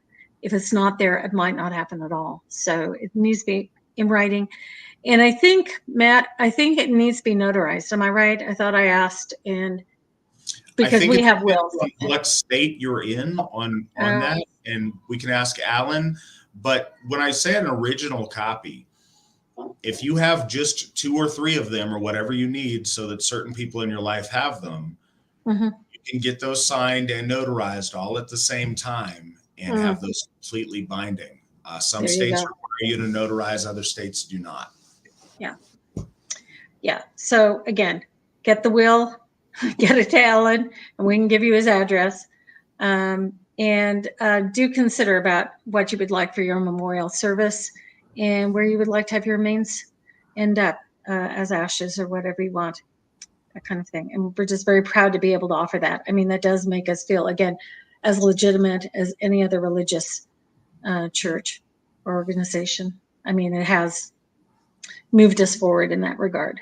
We take care of births, we take care of deaths, we do baby namings, all those things where we can do anything that the folk need. And that's, I think that goes back to the question of things that we do to make sure that our members aren't just names in a database, that they're real people. Is we want the AFA to be there for you in all points in your life. We want to be there to help with the pregnant ladies and to send a baby blanket to the new baby and participate in the baby naming and perform your wedding. And when it comes time, perform your funeral and take care of your remains forever. We want to be there for you guys literally forever, because that's what family is. Yeah. And that's really important to us. Tracy asks, have you seen many romantic relationships develop in the AFA post-divorce? What is the AFA's stance on divorce? And in parentheses, oath breaking. With it, I think I probably overthink the questions. A lot of us in the AFA, myself included, have been divorced before and have found love again within the Asatru Folk Assembly, and that's happened a lot. I'm trying to think of examples of people who were a couple in the AFA, got divorced, and then started new relationships both within the AFA. And though I'm sure that's happened, I'm not thinking of a good example off the top of my head. But no, we have a great many of us in this day and age don't start out with, the right match when we get married the first time, unfortunately. And that just kind of is how it is. What's the AFA's stance on divorce and oath breaking? That's terrible.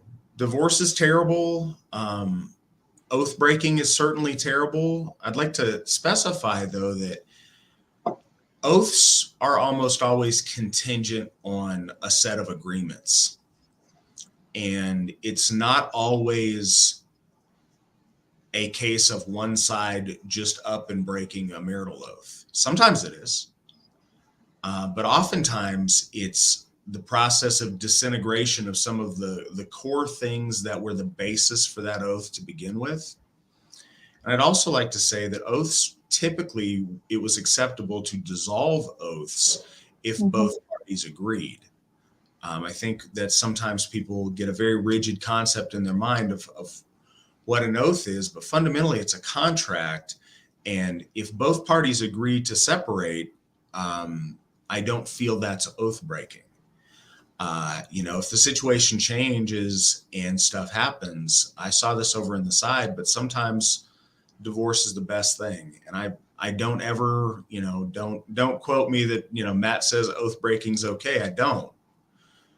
But you do have to take a measure of, is staying in a relationship that's not fulfilling to you and that's not fulfilling to your partner, and that's perhaps unhealthy or unsafe for the next 40 or 50 years, is that a better solution than trying to sever your oath with the most, pay some shield, which, is another thing when you've done something wrong or you do something to try to make it right and to move on with your life. But I don't think we should martyr ourselves on oaths for decades upon decades of our life that aren't helping us or anyone else for that matter. I think that the real answer is to think more carefully on the oaths that you make and to not make binding oaths to things, don't make permanent oaths to impermanent situations, and maybe consider that before you enter into some of these kind of oaths. But that's not the rosy version, but it is the honest version of where we're at with that.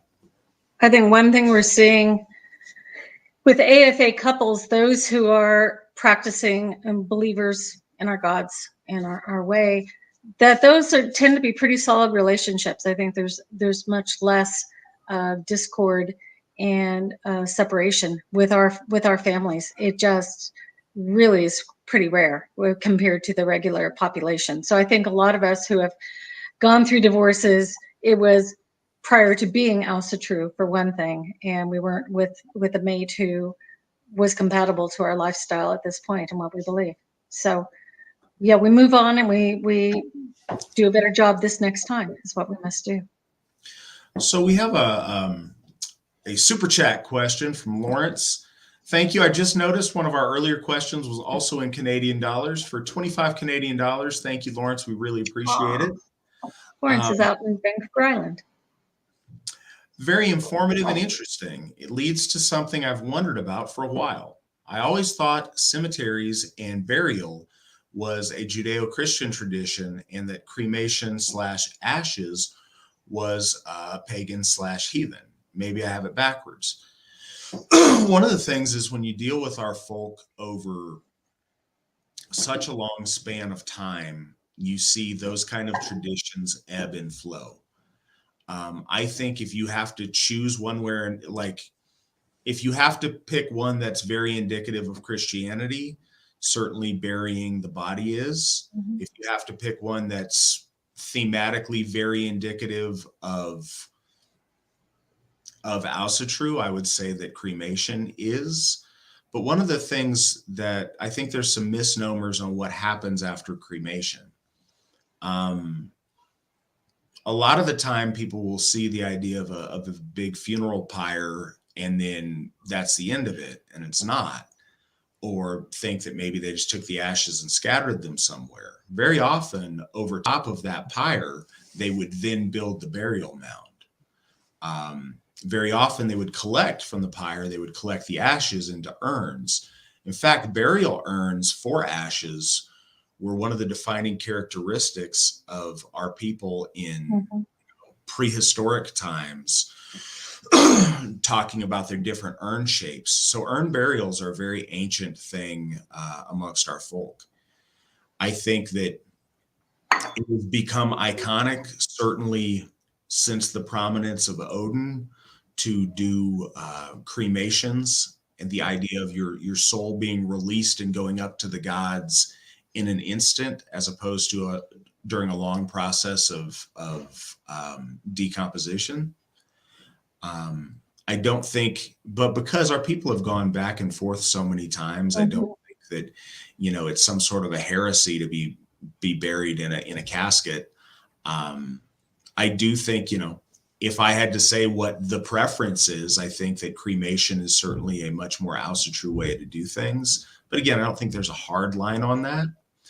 And I think this is a good time to throw this in.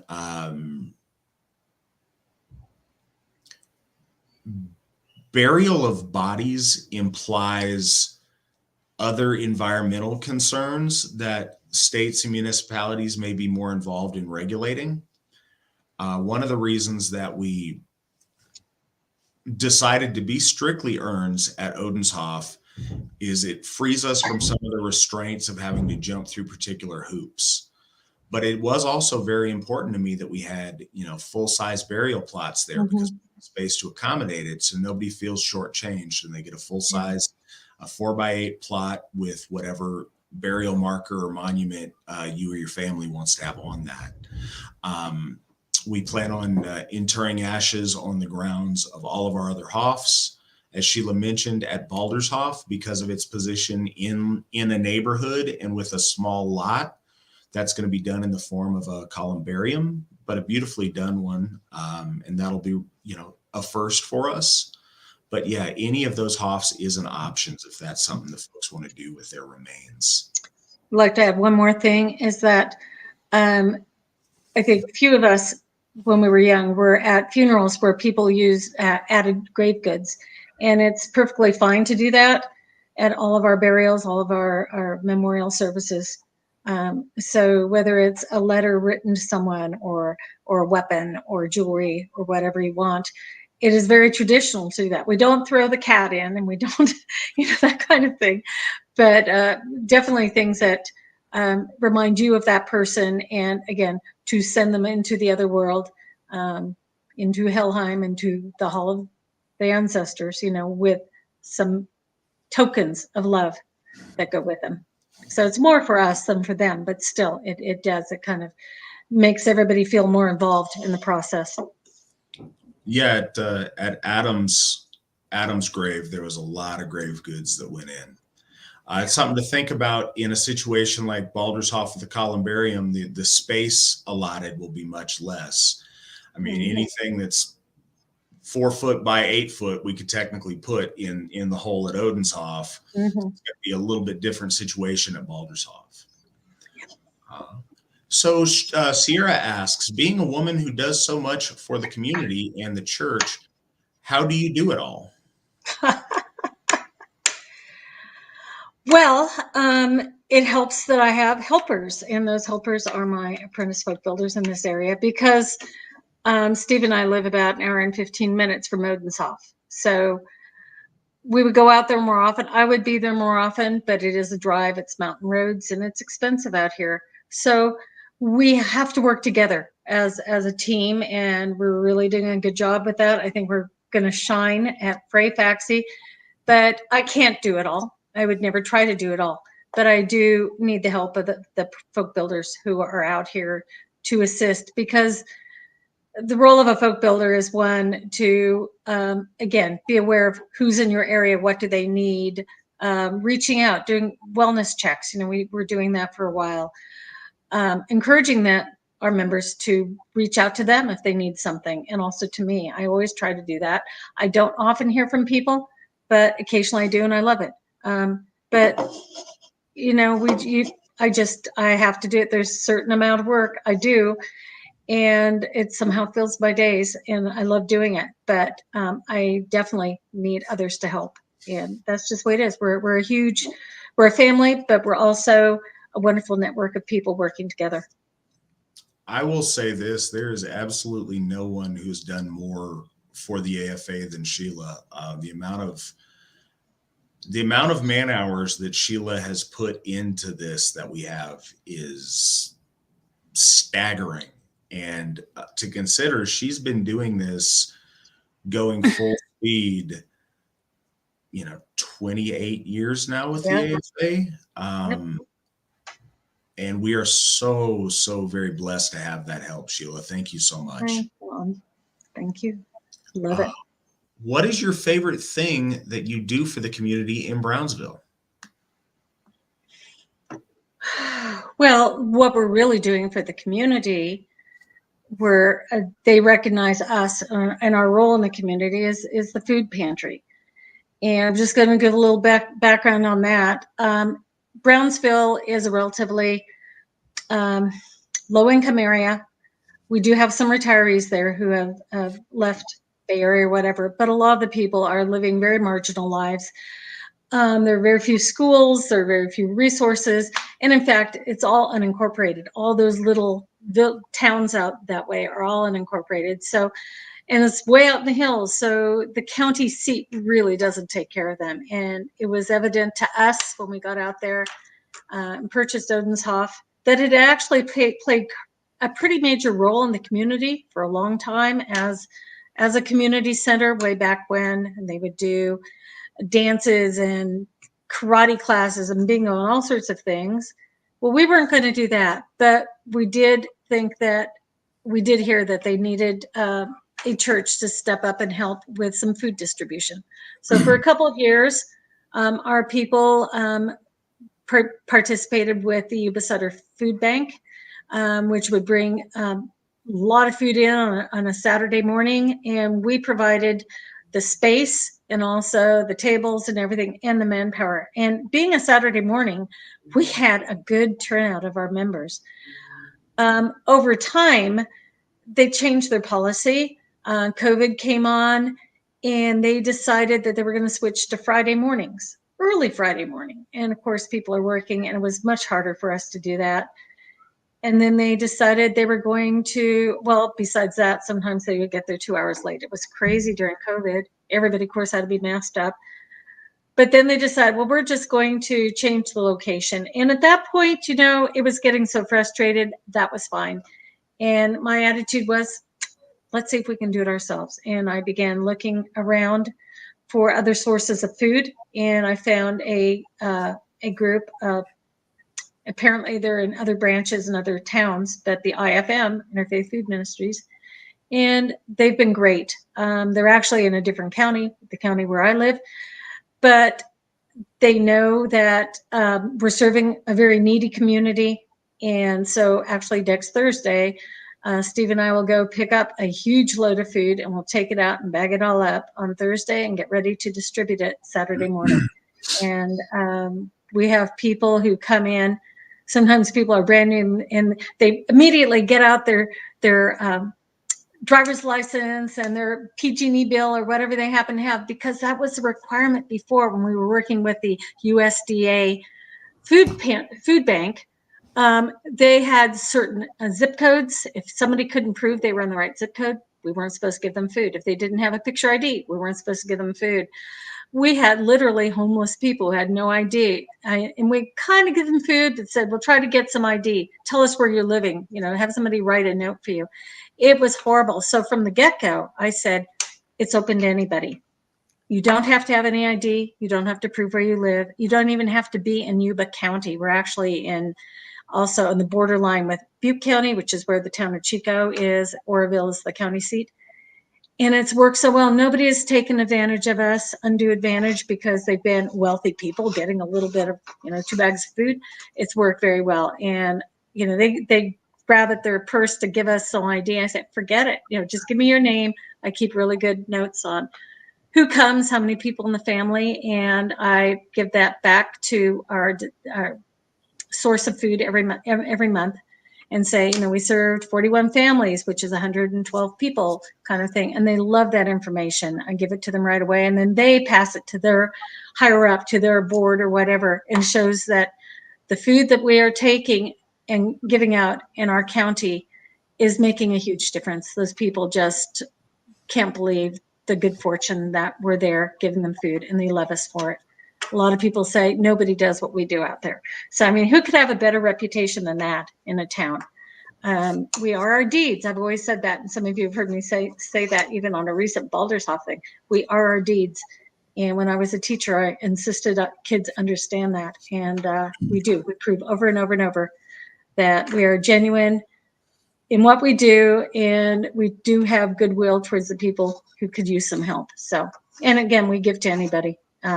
It's almost all white people, but we obviously other people can get food too. We're happy to give food to whoever comes, and we're not buying the food; it's gifted to us, so we gift it on through the whole system. So it's really been fun doing that. We also do a harvest thing at Halloween. Last year we kind of got rained out, but it's open to the community. And we also at Yule, and of course Sierra was here for that too. We collect toys. We start doing toys in early December, late November, and also gift cards. And we put them on tables. We did it first year. We wrapped everything. It was way too much work, but we've simplified it because we have, of course, a lot more kids coming through now. So anyway, we give every family like 3 toys per kid, and they love that. And they've got cookies and hot cocoa and all those things. So we do that when we do the food pantry in December, or sometimes the week before. Anyway, that's been a really nice thing for the community. And they're just starting to learn about that we do. But they do know us for the food pantry that we do every month, 3rd Saturday of the month. So that's what we do. And Sierra knows it well. Okay, next Sierra question. What do both of you, sorry, I can't read tonight. What are both of you most excited to see with the future of the AFA? Sheila, let's go first. Have you go first. Well, I'm very excited to see the Ulster Academy. I mean, we were talking homeschooling 9 months ago, and it's all shifted to an actual program. And like I said, I think it is something that's going to be essential for families in the future. It's a beautiful idea, and it has great staffing already. We have so many people taking on roles, and we have, right now it's only kindergarten, fairly small number of people enrolled in it, but it will grow. And I think it's going to be a wonderful resource. I really look forward to it because teaching kindergarten was my favorite role. I did everything from 8th grade to kindergarten, and I have to say I love kindergarten. So I'm very excited to be helping our Rob Stam with this as the Assistant Dean of Curriculum. And already starting to pull stuff just today that I would like to adapt for our own curriculum. So it's very exciting to think we've got this. And of course, just the continual growth. We're seeing growth. We're seeing people less fearful of being part of us and understand that we're thriving. They're thriving. Everybody who comes to an event feels so good being there. They don't want to ever lose the connection that we all have. And you don't get it anywhere else. A lot of people are out there saying, with the craziness of this world, and we're looking at so many things happening in the future, some not too far off, what is really needed is community. What is your community? We have no doubt what our community is. It is so clear and so supportive and solid, and the AFA should be here forever. There's no reason to think it will go away.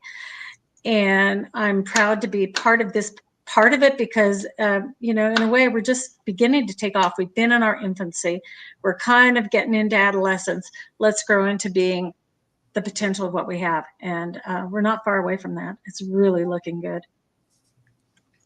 Yeah, there's so much to be excited about. Trying to think of the stuff that I'm willing to talk about at this point, because I've always got plans in my head.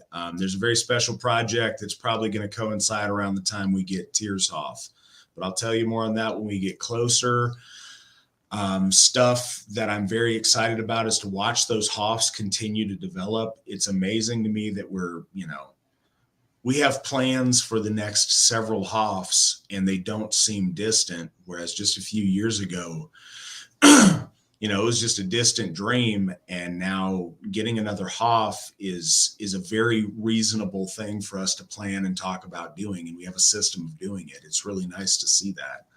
as Sheila was talking about, the AFA Academy, it's a little bit less flashy than a new Hoff, but it's so very impactful. They're putting in such good work on that. I'm so proud that we have that now. We're taking our first kindergarten class this fall. They're working hard to get more age groups added as quickly as they can as far as getting the curriculum fleshed out. That's really something I'm looking forward to, is that generation of children getting that experience and maturing with the AFA as a part of their education. You know, I'm excited that they will be shielded as best we can from the degeneracy and self-loathing that is so indicative of public school, but also so they'll be in an environment where they'll learn our values and our faith, and hopefully they will grow into amazing members of the AFA when they get out and they get done. I think that's such a huge part of, as Sheila was said, growing up and advancing as a faith, is when we have those second, third, fourth generation Asatru, and we're getting to that point. So there's a lot to be excited about. Right now, I'm excited about going to the dedication this weekend. That's going to be an amazing thing. I look forward to seeing what those guys have done and all the love they've put into that Hoff. Matt and Sheila, how do I get started creating an altar? What do you say to that, Sheila?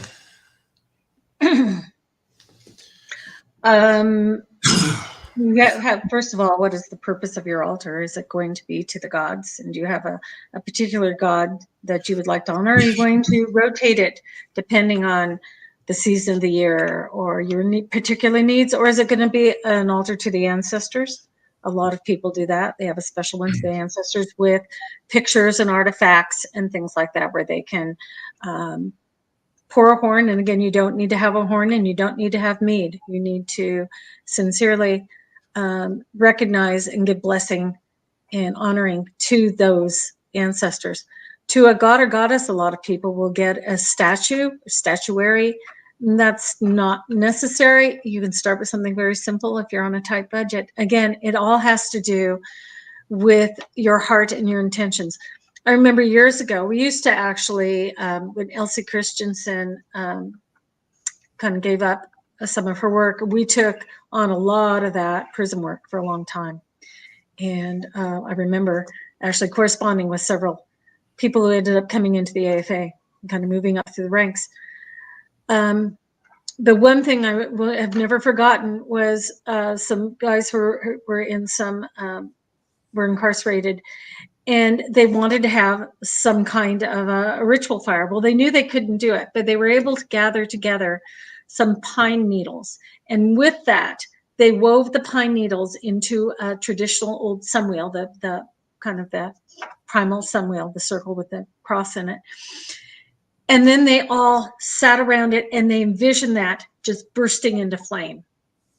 That, to me, has stayed with me my whole life. I mean, how could I say that was not a real experience and one that wasn't profound? It was profound for them to have gone to that much attention to it and to manifest that and then to describe it to others. So know that the gods are not going to have a checklist on whether you've done it right.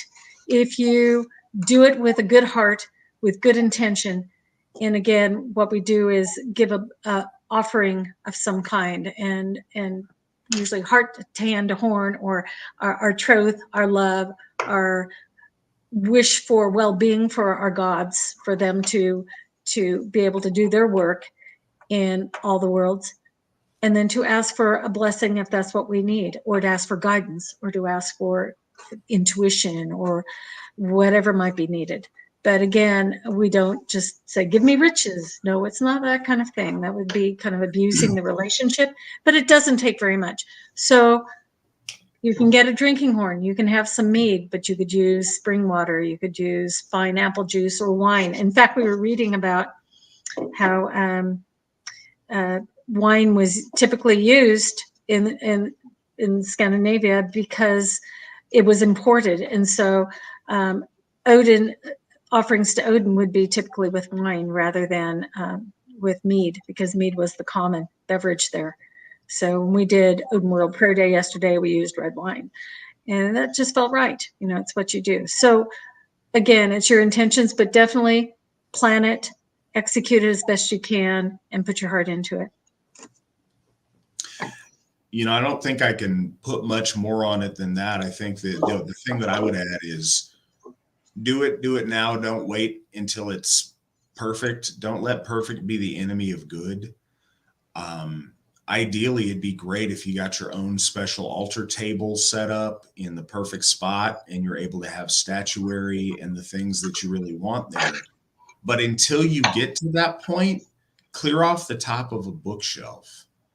Clear off the top of a bookshelf, and if you just got a candle, set it up there. Don't let the logistics prevent you from taking that first step. The most important part is that you're doing it and the intention of doing it.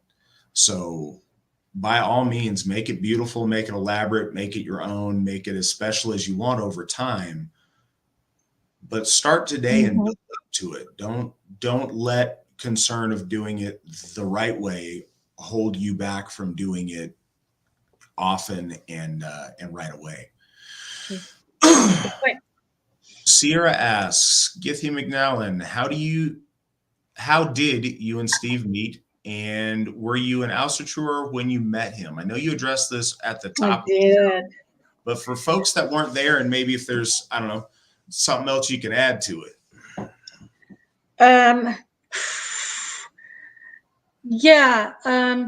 Steve and I met early in my teaching career, and I was 40 years old already. And in fact, we're celebrating our 25th wedding anniversary this week. But we have two wedding anniversaries. One that we did, a legal one, and then one before the folk. So that's coming up, our 25th in the next few weeks. But we were both science teachers, and that's how we happened to meet. And he was not really doing anything Asatru at the time. He was just starting to bring back the Runestone magazine and some of those things.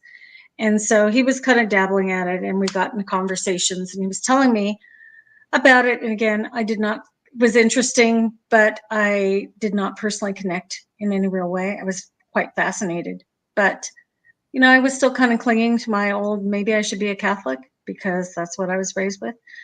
And, but I'd really left it behind long before. So that's how we actually met while teaching and working together with seventh graders. He did. So I have to tell you this. I actually saw him do ritual once, and it was so unexpected. It was more powerful than anything I ever saw in the Catholic Church.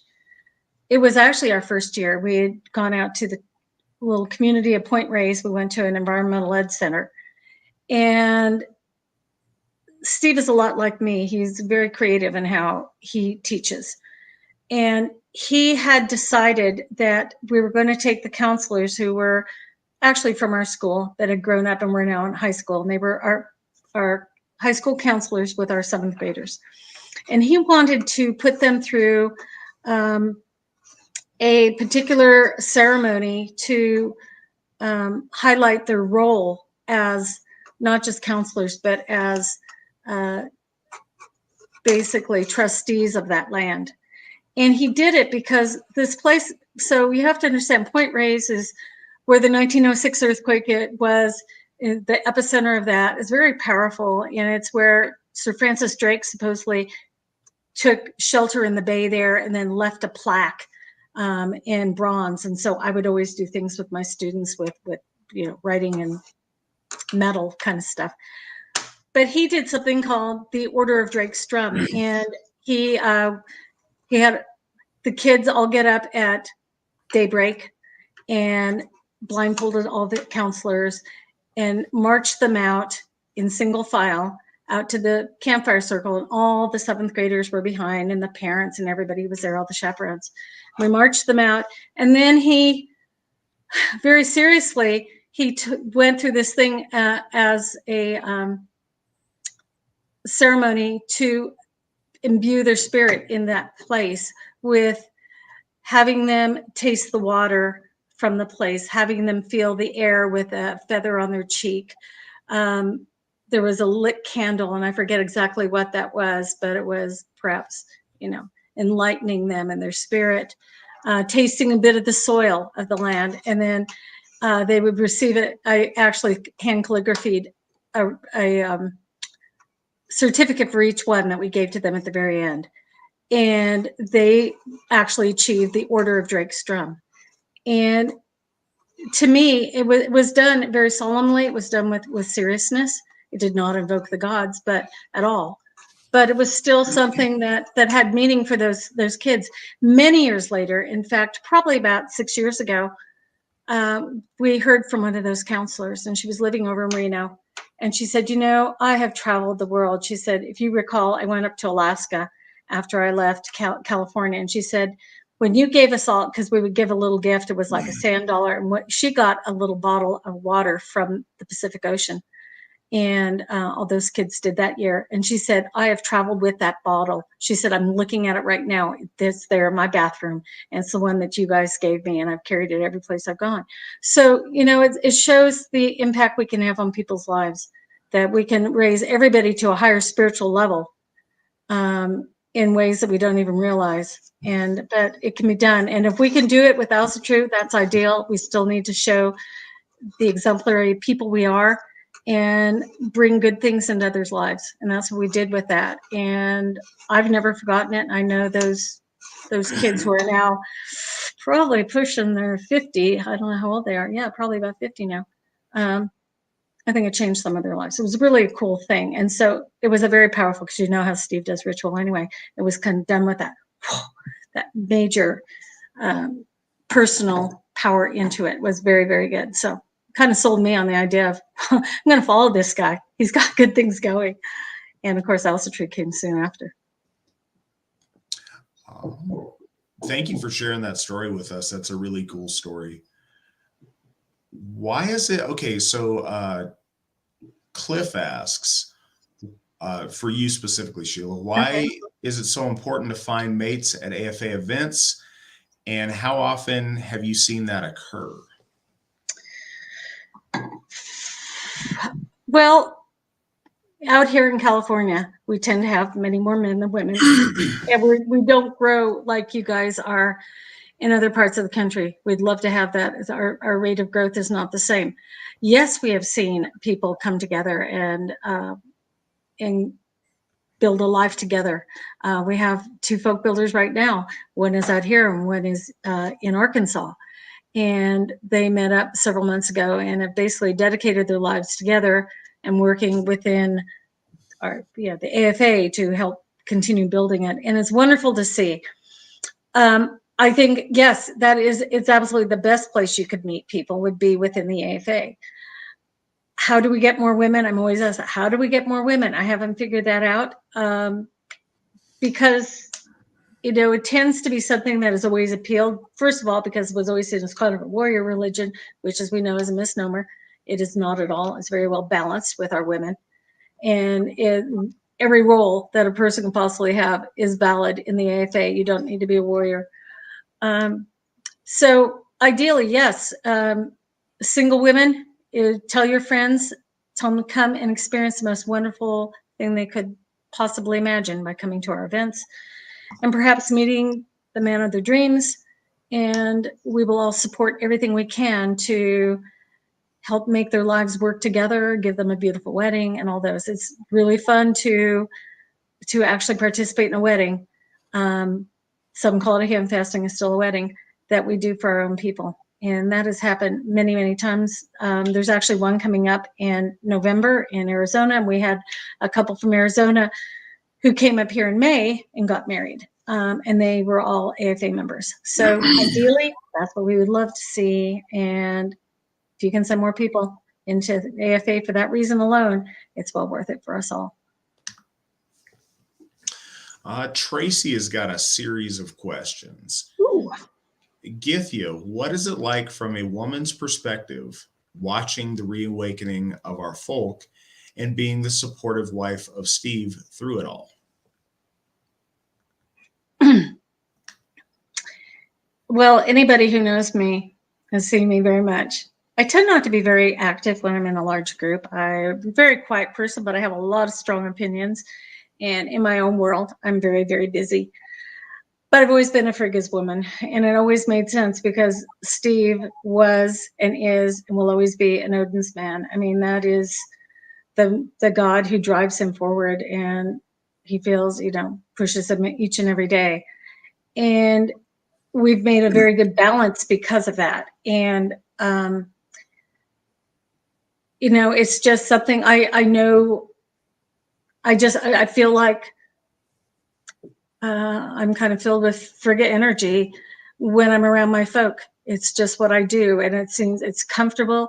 Odenshof is home to me. It is where I want to welcome people, no matter their ages. Come on home. This is where you are. This is where you should be. And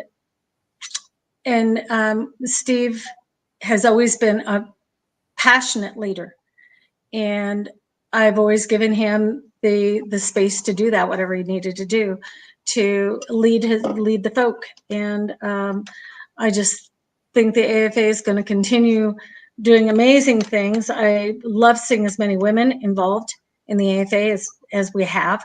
We have so many great women folk builders now. Tracy, as an example, had the most horrendous trip out to Midsummer, but I mean, it couldn't have been much worse, but she made it, and she kept a smile on her face the whole time, and she managed with almost nothing with her. She didn't have her clothing. She didn't have all her toiletries, and she never complained. I mean, we have the strength of our women, strength of our men is formidable. We can do almost anything when we have people like that. And it's a great time to be in the AFA, to be a leader in the AFA. If you are at all interested in taking on probably one of the most important roles you could ever do in your life, this is it. Being a folk builder will make a huge difference, and to you, and also to everyone around you. And I forget if I answered everything, but no, it's been wonderful for me to see the AFA grow and still feel like I can be a part of it. As small as it was, and I was so new, I was a newbie, and I was learning it all, and I'm still learning. I have much more to learn and much more to experience, so it never ends. All right. Tracy also asks as a follow-up, what were the struggles like? Oh, struggles. Struggle for me was always trying to balance work. And I'll give you an idea of what I was doing. The AFA, and it still had, many hundred people, but it was doing the newsletter, handling orders, handling membership. Mary Minchell also helped, but I would send out a new card to everybody every year. I mean, that was the kind of detail person. Doing events, sending out the runestone when we had that. We also had something called Room Pebble. I mean, there was always AFA stuff as well as regular correspondence, but I also had a full-time job teaching and was trying to do that to the best of my ability too. I don't know how I managed it really. And it wasn't easy. And I will tell you, that is one of the things for our leaders.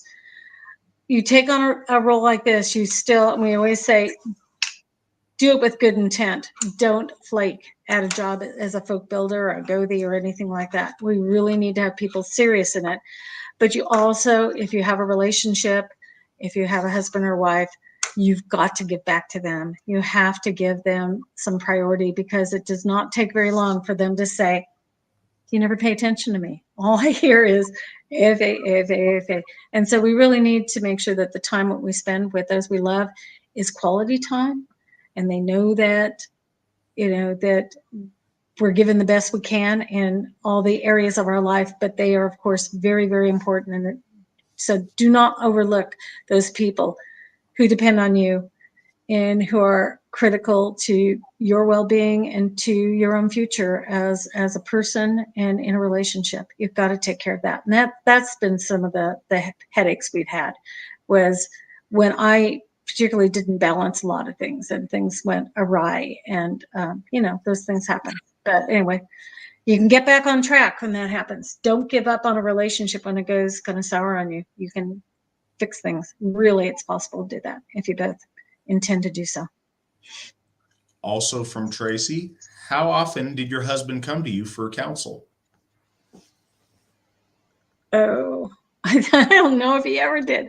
I always give my counsel. I think that's a Frigga thing. Did Odin really go to Frigga and ask very much? Maybe a few times. But I'm sure she gave him her piece of advice. And I've certainly done that. And a lot of things I've just done on my own without consulting him. Steve is, Matt is all encompassing. Matt is 24/7, our Alsherjargothi. He knows everybody who's beneath him and their roles and what's going on. And he is very well suited to this job. Steve is not that kind of a detail person. He was always the visionary, and which is great because we're not all the same.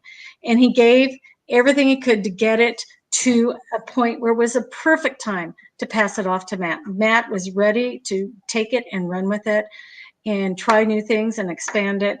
And, we got that first off. We got there. We made it happen. It was amazing the way it happened. It was like the gods ordained it. In fact, Odin, I think, ordained it. It was perfect that it ended up being Odin's Hof. So many synchronicities about that whole thing. It was meant to be. And Matt is the guy who's perfect for being an Alsherjargothi. No doubt about it in my mind. And I love serving under Matt and serving the well-being of the AFA and under the Witten and all that. It's a true honor. I never feel like I'm being taken advantage of. I do it because I love it.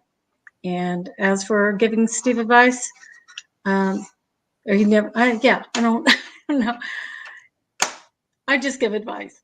If Matt asks me, I give advice. But Matt has other people giving advice. That's what the Witten does. In a way, I never wanted to be on the Witten. I told him that pretty much when I came back. No, I'll just be a folk builder at large. That suits me just fine.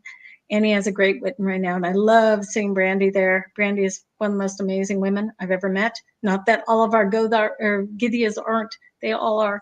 But Brandy is quite exceptional. And I've learned so much from her. We're so blessed to have someone like her with her ability to communicate so well and her personal strength and the fact that she's bosses men around at work. I think she's really good at that. No, I'm not. I'm not good at bossing people around. And it's good to have those people who can do that. Also from Tracy, and this is the last in the Tracy string that we got going right now. And Tracy, these are great questions, and they're really, really good responses. So thank you. How would you attempt to awaken more women to our faith? What would you tell them? Yeah, I'm just not around women. I really think that we need to find women who are already somewhat traditional. It's awfully hard to think you could go out into the modern world and start talking to the average woman. But I think the times are changing. And we're seeing it day by day, how crazy it is and how so many people are kind of going retro back to our values. And I think that is going to help a lot. I personally just don't really have the answers. I know that there are probably Facebook pages and other groups where one can be around traditional women and encourage them to come and check us out. Certainly, I think for anybody, the idea that we follow, our holidays are really the original traditions, not the Christian stuff. And that's so important to be able to tell people, especially if they have children. You're not giving up anything when you become Asatru. It just enhances your life. We get 12 days of Yule, rather than 2 days of Christmas. So I don't know, maybe, women really need to get together and figure out what we can do to draw more women in. Again, I suppose spiritually we need to seek them, but I don't have an answer. That's been one of the biggest conundrums since the AFA began, was how to draw more women our direction.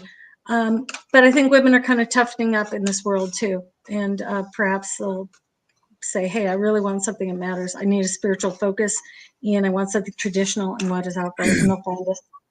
But it's usually by friends. That's how we're getting most of our members, is friends of friends of friends. And it's hard when we cannot just blatantly advertise ourselves, and that. So it's what we have, but we're still growing, and we're drawing in a lot more women, and sometimes single women, and a lot of wives are joining because their husbands are here, and that's a good sign. So over on the side, I noticed somebody thought I went to sleep for a second. I was not. I was looking down at my lap at my cell phone because I was running some math for us. We all this talk about how many women are involved or whatever. I checked the numbers and I was kind of surprised to see only 21% of our current membership is female. And you wouldn't notice that at our events. Man, when I first got involved in the AFA, it was a lot of guys. It was a lot of guys, and women were very, very few and far between. And it's not that way anymore. But I think we still have a certain phenomenon of wives or girlfriends attending, but not joining or taking a while to join. I'd love to see that get tightened up a little bit. It's gotten way better than it used to be, but just running those numbers shows me that it does have a ways to go on getting more ladies in. But one thing that's been really, you guys may have heard me say this on previous podcast or a previous stream, but just going through the pictures at Midsummer on my phone to post on our social media, I looked at a group picture. I thought it was the group picture, and I was very happy with it. And then when I look closer, I'm like, no, that's just the women and children. Yeah. So if you come to a big event, I think you'll see that ratio be a lot better than what I just mentioned. But that's what I was doing. I was not falling asleep, I promise. Because victory never sleeps. Yeah. I would just like to add something too. In terms of women feeling that they have a place in the AFA, the one place where we all show our worth is when we bless the horn before bloat.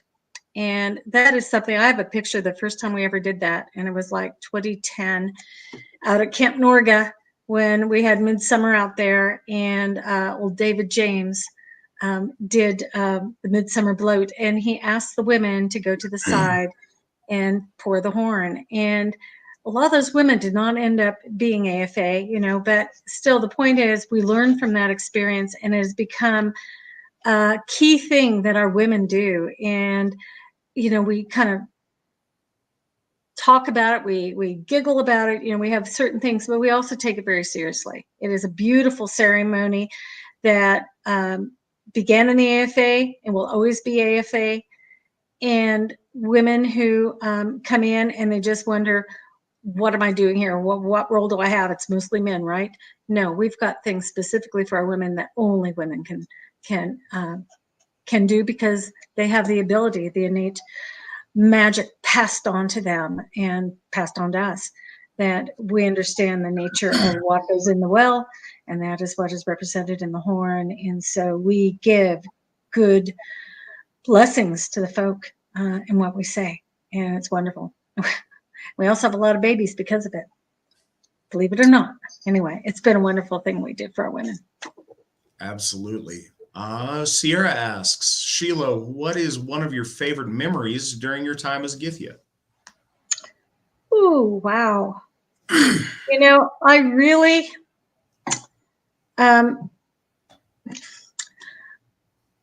my role as Gythia and doing bloat is kind of the way I taught.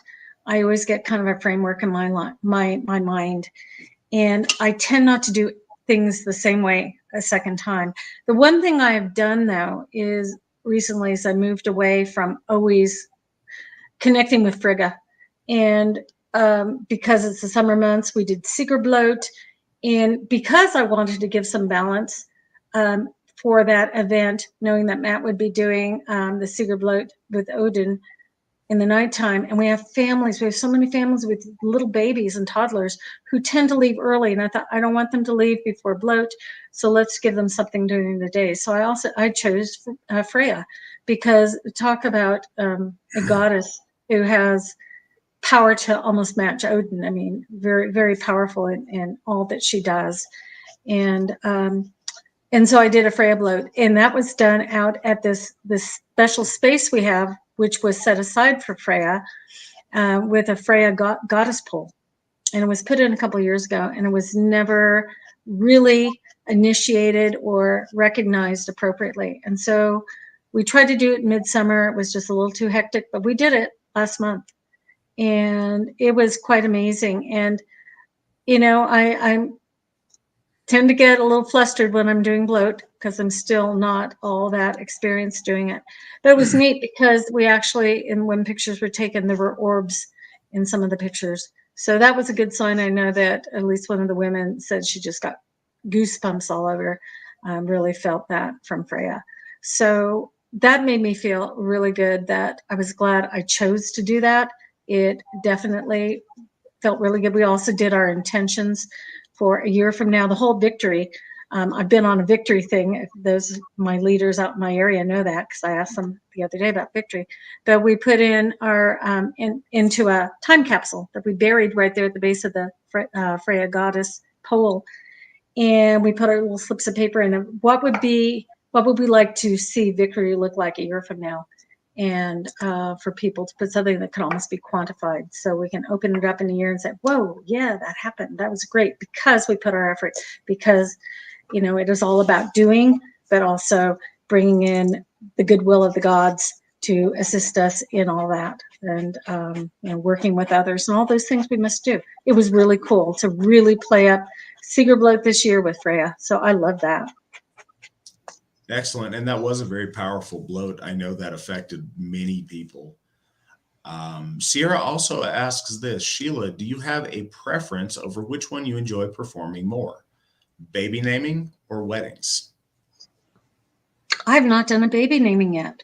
I have one coming up, and Matt actually set kind of standard for it, and it's now basically our official way of doing it, of taking the 3 runes for the child. What was quite amazing was when Matt did the baby naming for the twins at Midsummer, and we had poor mama with her arms full of 2 babies, and Sierra actually helped hold one. But it was a beautiful ceremony. And I've done a couple of weddings. I did one for Crystal and Victor, which was very, very nice a few years ago because they're just such loving people. And I really enjoyed that, and it was very special. So it's hard to say, but I'll let you know once I've done a baby naming. That's coming up, I believe. All right. So the Salutrian, how many members does the AFA have, and what has the growth been like recently? AFA, as of this second, we've got 877 members. That's up. It's up 157 from midsummer of last year of 2021. So I don't know what the math is on that percentage, but we're doing really well. We're growing very well.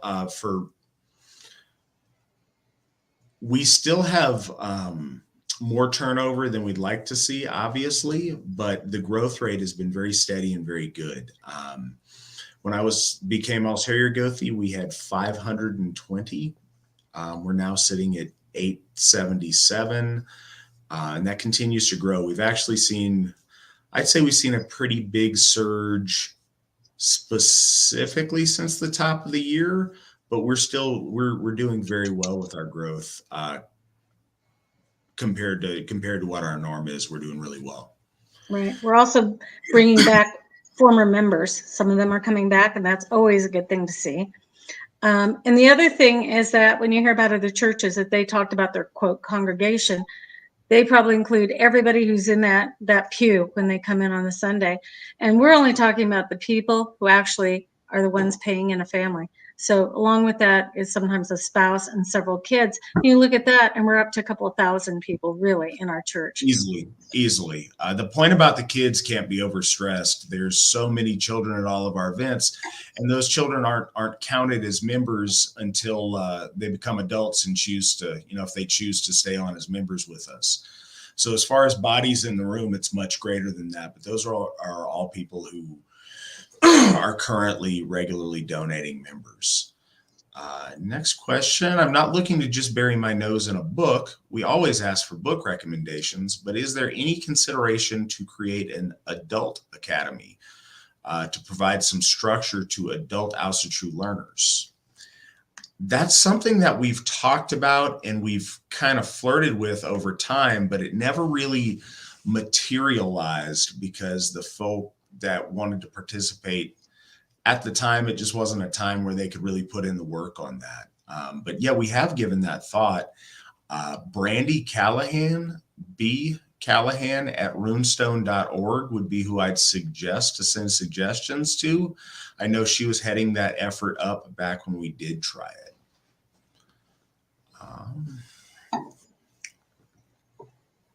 Okay, Sheila, it's another question for you from Sarah. Of all the pioneers of Asatru that you have met, besides your husband, who have you found the most interesting? Oh my goodness. I was going through kind of the list today of who I've met. I never met Elsie Christensen. I'm sorry we didn't. That's really sad. That would have been nice. Certainly, it's hard to say how, because I haven't spent that much time with people. I've met Runic Man and Edric Thorson and Robert Taylor. Talk about a character. He's out there in West Virginia with his so-called band changes with his cousin. Michael and Annabelle Moynihan, loved being with them. Certainly was close to Valgard Murray for many, many years as part of the Asatru Alliance. And we were kind of like sister organizations for a long time. Said that we were individual membership. They were always kindred membership. And that's where kind of the division line was until, we kind of kept moving. He always said, AFA is the point of the spear and we're the shaft. And and we've always been the point of the spear. We still are. And we always will be. AFA is the point of the spear, regardless. And I'm trying to think who else. Met Heimgist once. You name some people and I could probably tell you if I've met them. All of them, to some extent, have been really interesting. Rune Guild, there were some really characters in there. Ian Reed from England. He was quite a funny fellow. And plus we've had AFA members, but old, who was I saying before? David James. David James was such a character. He was a master of Gothic languages. He was very much a ladies' man when he was young in life, very passionate about this. And he came to us late in life, and he was within like the last years of his life when he reemerged on the Asatru frontier back with us. And he came back with us, and his health at that time was deteriorating very quickly, but he still had so much information and love to share and everything. He was really a very kind and generous man. And he was, he's somebody to be missed. In fact, we do have some CDs or recordings that were made of him, and I forget who did it, but we have hours of some of his stuff that would be really nice to re-release, because that was done, I believe, when he was a member. And he was there at the very beginning. If you read the history of the Rune Guild, you'll see that he's described there in the very early days of that. And I know he influenced Steve in the early days as well. And those are some of the people I've met. All right. So, guys, we're about 2.5 hours in. We're winding down on some questions. If you have questions that you want to get answered, please make sure you throw those questions up in the chat, and Nick will get them over here for me. We'll be sure to answer those. But yeah, just so you guys know, we may be winding down here if more questions don't materialize. Next question is, what is your favorite place that you and Steve have visited and done bloat? Oh, well, what was really special for me was, and we both loved going to Ireland. We went to Ireland twice, 2003, 2004. He had just healed from cancer surgery. And so it was a big undertaking for us. He had colon cancer, but we caught it early, which was wonderful. And we went over, and what we did was connect with family over there, his family in particular. In terms of doing bloat, he basically had a horn, and he acknowledged his ancestors over there. I can't say we did bloat together. When it comes to places where we've done bloat, in Germany, I don't know if I did bloat. We had some amazing experiences over in Germany, as talk about another country. I think most of the times we've done things, though, we've done bloat has been probably here in California for the most part. Again, the coast, the mountains, whatever. We often do bloat, and they generally are pretty powerful, But yeah, as for in a foreign country, I can't recall doing bloat there. But maybe he just walked in. Steve, did we ever do bloat together? Any place? Where at, babe? I don't know. In Europe? Can you recall? I don't think so. Matt might even remember if we did, but anyway, no, probably not. Anyway, good question, but yeah. We did a couple of rituals. I remember we stood in bloat in Sweden. Oh, yes. At in that field by that dolmen. Yes. With their elder over there. I forget the gentleman's name. And right. we also, that was powerful. Yeah, Steve did the Odin bloat on top of Froborg Mountain. Mm-hmm. Mountain in the most loose sense of the term, but kind of the hill that was the biggest and tallest thing on at the island of Funen. That's true. Yeah, that's right. We did all those, and we even did one. If you recall, what was unique was that when we went out on top of that open area where there were trees all around, it was kind of a flat area. And I remember that the Danish people were with always take oatmeal out, and they created their bloat circle by sprinkling oatmeal, and that was unique. And the other thing they did over there is that they always pour the horn out in the old sun wheel motif of the circle and then the cross, and that's how they do that. And even the old gentleman, if you recall, I think he had at the end of his staff, he had a ring that was the sun wheel, and they poured the mead into the horn through that. And love the idea of using the sun wheel as often as they do over in Denmark. I had forgotten about that one where they made the oatmeal solar cross. Yeah. That was a beautiful, beautiful spot. I wish I could remember what the name of that little park was we were at. This was kind of an amazing thing. We were, our hosts had taken us, and this was just kind of a random night. It was like a Tuesday night or something. They took us to this park to, have a meal and do a bloat in this really special place at this park. So we went there, and when we came, we at random interrupted another group of Asatru who were over there performing a ritual. Now, they were unis, and there was some weird beef there and whatever, and there was a little argument that went on in Danish that I didn't know about, or I couldn't follow. But they took us into this circle. I say a circle. It was this kind of oblong ship-shaped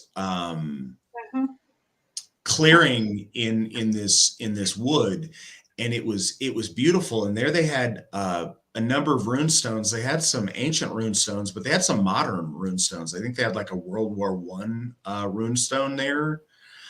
They had a couple of modern ones with this ancient stone. It was a really beautiful spot. And the way we were doing it, we were just the right time of day where it was sunset, and it was just so beautiful in those trees when we did that. But yeah, I had forgotten about that. We did so many amazing things over there in such a short space of time. It was very easy to forget some really special stuff.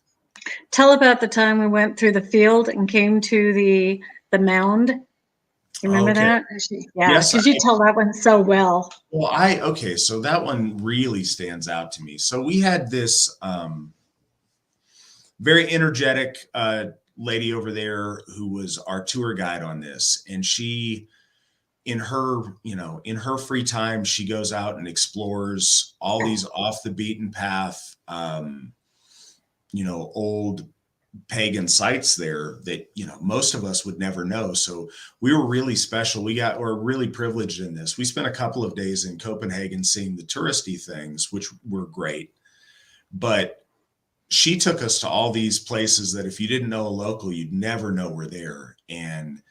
But she had this very, militant timetable of where we were going, and she was a difficult lady to drive while she was the passenger seat driver. I wouldn't trade it for anything in the world, but that was a challenge. You had to be within like 2 kilometers of where she wanted you, or she would tell you about it, as far as your speed limit. So anyways, she took us, and again, it was just back to back to back to back of these really cool spots, but they drove us out in the middle of some dude's wheat field. And at this point, the dolmens, these, small earthen mounds that would have these burial chambers in them, were so very common on all of these farms in the countryside that at this point they became no longer remarkable. Like, you just saw them places. And they drove us out. We had this little convoy of, I think, 3 or 4 vehicles, and they drove us out in the middle of this guy's, some farmer's wheat field. And, all of a sudden we stop, and they get out and they said, look, there's 2 dolmens over there. Would you guys, would you guys like to go see? And we're like, yeah, of course. We thought we were just going to go hike on these little hills and take a look at them. And they're like, no, would you like to go in? And, our eyes got big. We had no expectation of that. And they said, hold on. And they went up there and prepared some stuff, and they came back. And so we walked through this wheat field up to these, I think there were 2 adjoining dolmens there, one of which I guess the farmer at some point, recently in the last 50 years or something, had hit whatever the capstone was with his farm equipment and dislodged the opening to this shaft into this dolmen. And so, we were all amazed. And Sheila was the first one in, and we had this, I'm trying to think of the best way to describe it. There's this shaft that was, a little tunnel that maybe 3 foot by 3 foot tunnel, maybe a little bit bigger than that, but you had to hunker down and crawl through it. And it was, I don't know, I'd say it was 6 feet long tunnel to get into this chamber. And it was really cool. Sheila had to move the cobwebs out of the way to get in there, and these black moths flew out from within the shaft within the burial mound. They flew out when Sheila opened it. And it was I thought it was really symbolic of these things emerging, the way that butterflies and moths do, where they go into their hibernation and then they emerge transformed. So these black moths came out, and it was really special. And we hunkered down and we went in there, and they'd set up some tea lights on the ledges of these rocks. It was flat stones. So this was made up of like all these, 3-4 inch flat stones that were, these slabs of flat stones stacked upon one another. So there was all these little natural ledges in there, and they set up these little tea lights. And it was really interesting, the feeling of going in there. The space itself, I'd say, was maybe 10 foot wide and 6 foot long, or the other way around. The same. Yeah. You had to hunker down to be in there. You had a little bit more room than you did in the shaft, but you still, the ceiling was maybe 5 foot or something. I don't even know if it was that high. It was maybe 4 feet. Yeah. 4.5. Yeah. Yeah, it was a little bit bigger than the shaft, but you had to, you had to sit down, or, maybe get in a real squatted position if you wanted to be in there. But anyways, there was some really interesting times where some tea lights flew off the ledges that there was no, physical reason why that should happen. It was really kind of interesting. And we sat in there and we did a Burkano Galder in there, because we were in this tomb and we were in, the womb of the earth, and we did this Bracano Galder. And then when we emerged back out of it, it was really special and it was really transformative. So we'd gone in this place deep in the earth. We did this transformative ritual. And then when you emerged, you had to travel through this shaft on the way out. And hunkering down and traveling through that, you slowly kind of get a glimpse of the world around you. And the way we were looking, you see, rolling hills and, what it would have been like in ancient times. But the further you get, you start seeing a little bit of modernity. You start seeing a piece of the farmhouse. Further out, you start seeing some power lines. But it was this process. And when we emerged out of there, it was a really special feeling of transformation. And that'll always stick with me. That's one of the coolest things we did over there. Yeah, absolutely. Sarah also asks, as I understand, in the early days, there were a couple of all things. What were they like, and why was the one in Wisconsin your favorite? Oh, the one in Wisconsin was my absolute first all thing. And to me, it was a huge event. There were probably 35 people there. It was actually out at Robert Taylor's place on out of northern Wisconsin. It was Rock Island, and it was a camping type thing. And it was, first time I'd ever been to something like that. And so it wasn't like there was a lot of ritual. I remember there was a blessing of steel, and I think there was a gun or two that kind of came out, and that was a little surprising to me. A lot of men, very few women, very few. There were only about 4 of us there, but I remember who they were, in fact. So it was quite exceptional. Also, the fact is we went cross country to go there. That's the only time we've ever done anything like that. And we drove out, and we had my son, who was 16 at the time, and Joseph Turner's 16-year-old too. It was really fun having them there.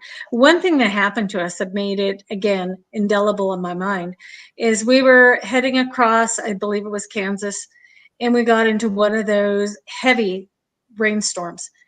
And we had a bunch of stuff. We had a big old boat of a car, a big old 9-seater station wagon that we bought just for our kids, right, for doing these trips.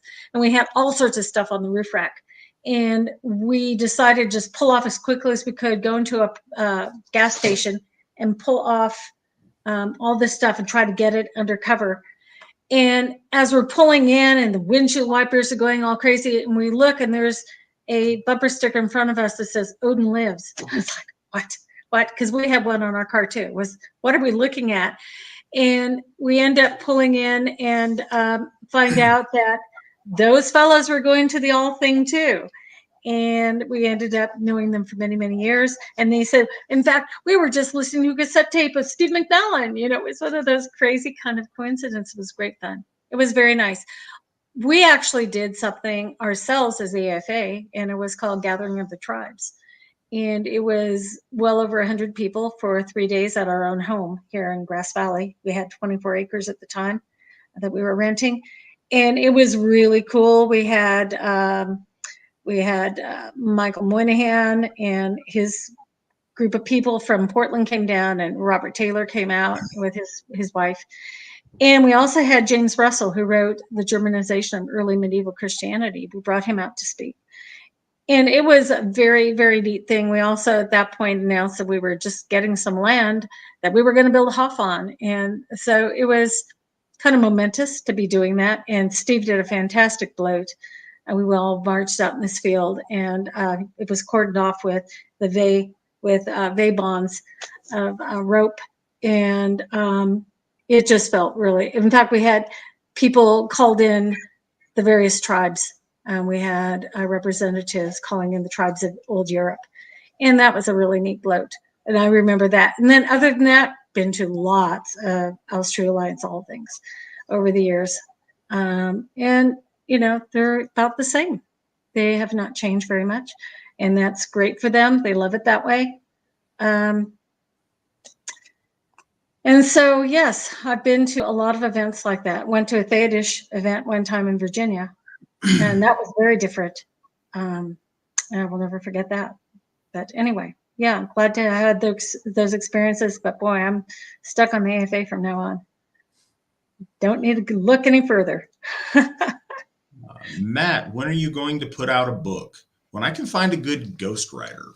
I tell you what, writing in any kind of length or volume is very difficult. It's a very big challenge for me. I won't say never. It's something I'd like to do at some point, but man, being able to fill hundreds of pages with writing, on here, I can flap my gums for a long period of time. When I sit down to write, it always comes out very, very brief. So, I'd need a lot of help, but it would be something I'd be interested in doing at some point. Yeah. Sheila, how can we bring spirituality forward in a way that's palatable for the children and easy for them to understand and grasp? Well, I think, there is a difference at our Hofs. So we're talking about our Hofs. I think they're very well set up at the other 3 Hofs because they have areas where they've got space set aside for children. And if you have that quiet room, you get their attention. We have nothing like that at Odenshof. So it's very hard to get them focused, get them calmed down, and do that kind of thing. That's our biggest challenge there. I think the Asatru Academy is going to be wonderful for providing us all sorts of ways of introducing the lore and our things to our children. But right now, of course, they can learn everything from our values and hear the stories, the myths. Of course, I have the Children of Odin is great, and other ones to read to our children. There really is no shortage of that. It's a matter of setting your kids down and talking to them, and then encouraging them to take part in family bloats. One thing that we saw this last month was Ryan Harlan, who is out in Montana with his wife Rachel, and they have 2 little girls, Heidi and what's the other one? I'm sorry, skipped my mind, but I know her. Anyway, sorry about that. But they have beautiful pictures where they went out and did bloat on some beautiful landscapes overlooking great vistas, and their children were there taking part. And you're seeing the little girls holding the horn and knowing what they're doing. I mean, they're not doing it frivolously. They're not tipping it. They are taking part in a very serious ritual with their parents. Every parent should be doing that with their children when they're really young. And the other thing is, and very important, as we found at Odenshof, please encourage your children to understand that ritual is a time to be quiet and respectful. And when we have sacred space, that's not a place to play. Those are all the things that we need to instill in our children so that they can participate with adults and not take away from the experience.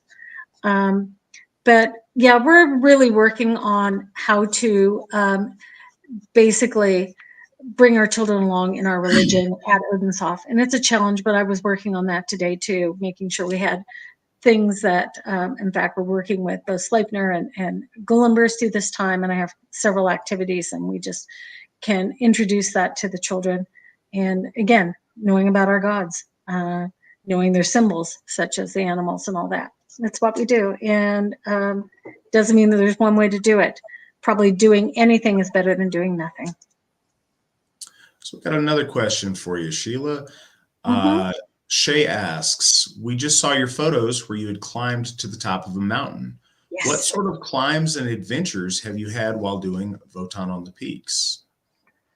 Oh my goodness. Well, we did one several years ago. In fact, Matt and Andy were with us, where we went up to another place called Sierra Buttes, and very spectacular. It looks kind of like the Grand Tetons when you're from a distance. And that was quite a hike, and there was snow up there, and it was a bit of a challenge to get up. I remember slipping quite a bit. That was really cool. Wotan on the Peaks, we always do Odin World Prayer Day. I know that. And other people have done lots of Wotan. Well, we've done Wotan on the Peaks on a couple of other mountains in the Bay Area. We did Mount St. Helena, Steve and I did, and we also did Mount Diablo. And we still keep saying we're going to do Mount Tamalpais. So that's where we've kind of done it, but we did Mount Lassen this last time, and that was a Voton on the Peaks, as well as we also had our AFA flags, which was great. We loved having those. It was pretty amazing. I could show you. I fell and got all scraped up, and that's why I'm wearing long sleeves tonight. It was well worth it to push myself. I didn't think I could because it's over 10,000 feet, and my first 30 yards in, and I was saying to the other 5 people with us, 4 who are, half my age or even younger, I said, I don't think I can do this. I think it was the elevation and the altitude, and I just was having a hard time breathing. And I wasn't expecting that because I've been doing a lot of exercising lately, and I shouldn't have had a problem. But they said, come on, why don't you try it? Why don't you try it? I said, I think we need to stay back. They said, no. And that was the best thing for me to keep on, because I did something I didn't think I would be able to do. And we all got to the top, and we did Votel on the Peaks up there. And that was pretty cool. And yeah, it was I'm 72. I think I did a pretty good job getting up there, and Steve too. Steve did great. So, and it was great being with those young people, because they were so encouraging to me to do it. So those are some of the things we've done for Voton on the Peaks. Obviously, plenty more. We can keep doing this, and other bloats as well. This question is for either of us. Do you feel the Viking aesthetic is hurtful to furthering the faith in modern times? And do you think it has a place if it makes one feel connected to the gods? You can go ahead and start with this one first. Well, there was certainly a big emphasis on Vikings in the old days. I mean, we actually one time went to San Francisco to some kind of, I don't know where there was it was actually Norway Days or something. And we had a big sign that said, Asatru, the Viking religion, and that's how we were peddling it back in 1994. Of course, we'd never do that now. And, I was thinking for our children. Obviously, it's a very visual motif that our kids can get. The Viking shifts, the horns, what our gods look like. And I think that is an important phase to push our children through. And it's good to have those visuals. I think we, as adults, we need to realize that the Viking era was a very small period of time of our ancestors. I mean, we go back 50,000 years with all those deep spiritual connections they had to the earth and everything else, and to what they consider divine powers. So I don't think we emphasize the Viking era nearly as much as we used to. I don't think anybody pays attention much to the stupid cartoons that are out there. And people, don't really talk about like the Vikings series anymore, like they did when it was at its height. We do what we do like. I think all of us, we like the music that's come out of that may be kind of Viking-esque. It's that kind of primal stuff that Heilung and Runic do, and most of us really get a lot out of that. And it's ancient, but it's not Viking. So that's what I would say. So, all right. Do I think that the Viking aesthetic is hurtful for furthering the faith in modern times? Yes, absolutely it is. When trying to think of the best way to answer it, because it's easy to be just flippant about it, and that's not my intention. When you perform a ritual, or when you're engaged in anything that way, the connection, because this goes into the second part of the question too, the connection needs to be authentic. That's one of the things about my bloat style. I don't like to plan or rehearse bloats. I like to speak from the heart when I'm giving bloat, because it's really important to me to be as authentic and as open and as connected as I can be with whoever I'm giving bloat to, with the people participating, if it's ensemble, with people in the room. There's a principle of openness there, that if you have to dress up like something you're not, that separates you from that connectedness.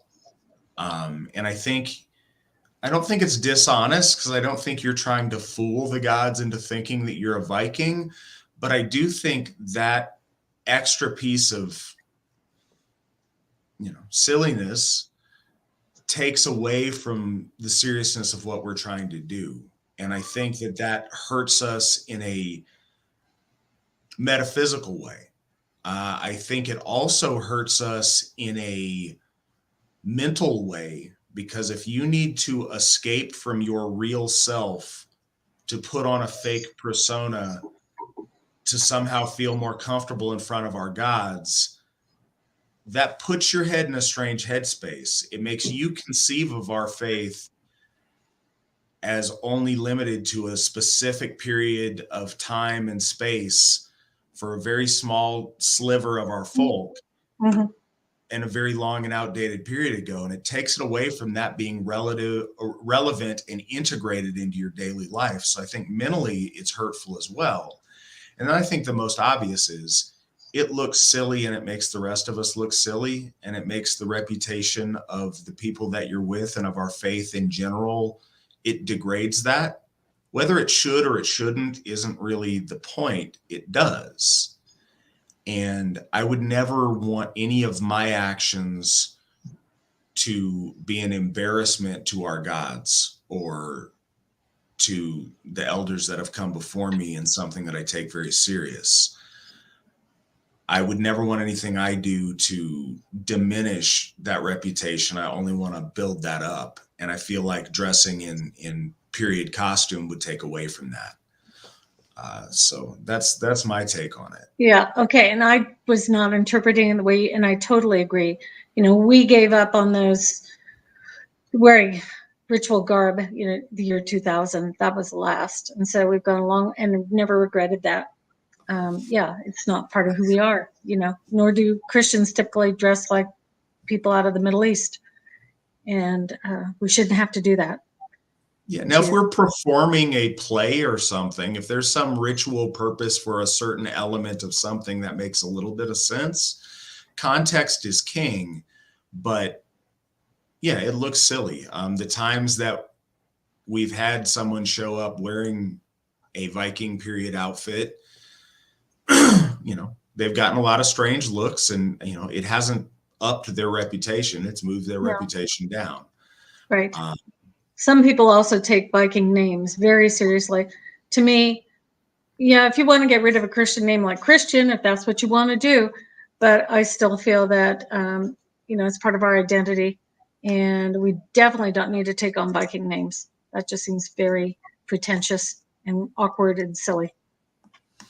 And again, there's a time and a place where that's just what people were doing. And, if you're in your 60s or 70s and introduce yourself to me in some Viking name, cool, I'll respect that because it made sense at the time that was what you did. But, I wish I didn't have a Hebrew name, but it's the name my mom and dad gave me. Mm-hmm. And, it's authentic, and it's who I am. And I think authenticity is such an important key to what we do. Yeah. So a common view is from the King of Cheese. A common view is that Valhalla can be attained by most anyone who dies with a weapon in their hand or dies fighting. But then I've heard Valhalla is a very exclusive thing, and it's not enough to die fighting. Then another is that Valhalla is even more exclusive. So what is it? Is it enough to die fighting with faith in our gods and ancestors for Odin or Frigga to take you up? Or is there something else necessary? It confuses and confounds me. Mm-hmm. So our faith doesn't work like that.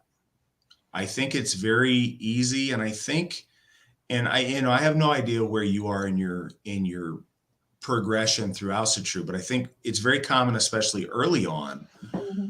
for people to treat our myths as literal truths. Like if this was a Christian podcast or a stream, and we were talking about a passage from the scripture, then the literal how it reads is how it is. And that's very much how their faith is set up.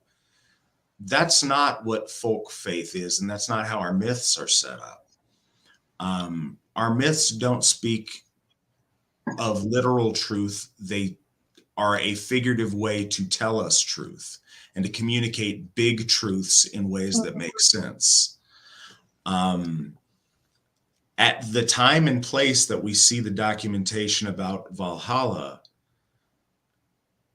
that is a time to where most any man is a warrior in some degree, if it's during raiding season or when your lands are being raided. The warrior aspect of a man's existence was so very prevalent all of the time due to the living conditions and the geography of where that occurred. I think that the point of going to the halls of one of our gods, in the case of Valhalla or in the case of going to Folkvanger, the truth that that's conveying is the idea of ascension and elevating your soul through whatever process that is. There's a few occasions where even sagas and stuff talk about a king going to Valhalla that didn't die violently. The idea was he was a hero and a famous personage and worthy of being recognized and invited to Odin's hall. So I think that ascension can take many forms. I think one of the truths that we've seen in many warrior cultures is the moment of abandoning your connection with outcome and being purely in the moment and letting your soul free through combat at risk of your life does something transformative to a person's soul and elevates them. And I think that's something that Valhalla speaks to in a very clear way.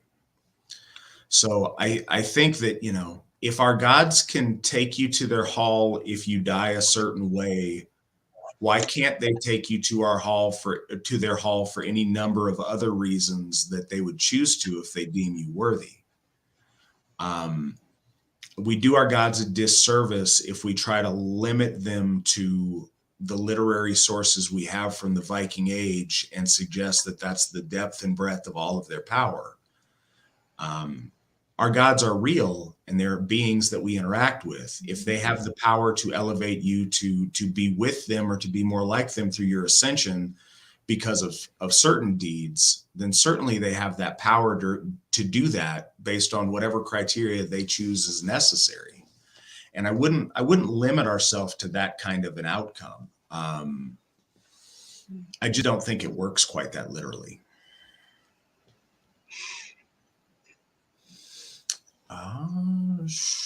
Trying to find my place. I'm sorry. For those of us who think of Asatru as the Viking religion, will this be a point of contention going forward?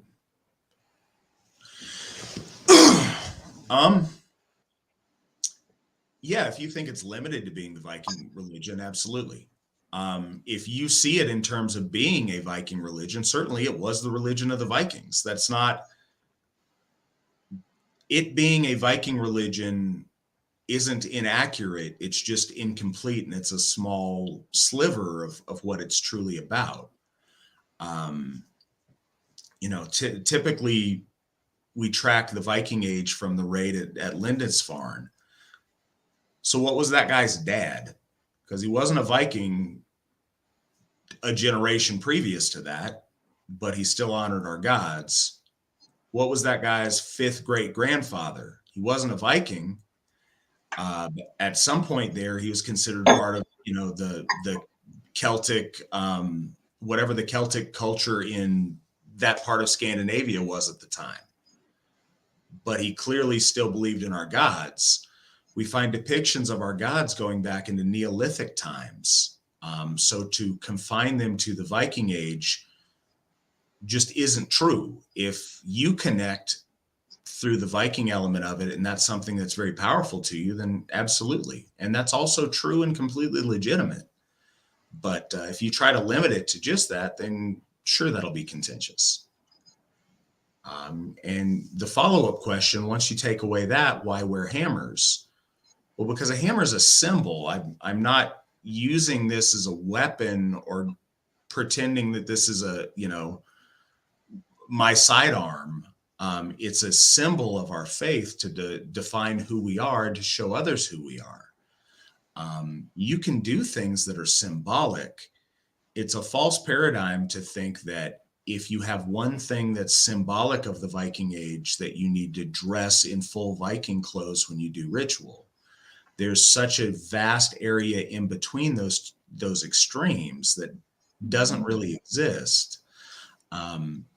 There's all kind of latitude on stuff you can do that you think is symbolic or important. But the further you go into looking,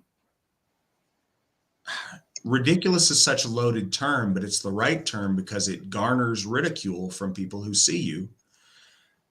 The more you bring down the reputation of our gods, no one has that reaction when they see hammers.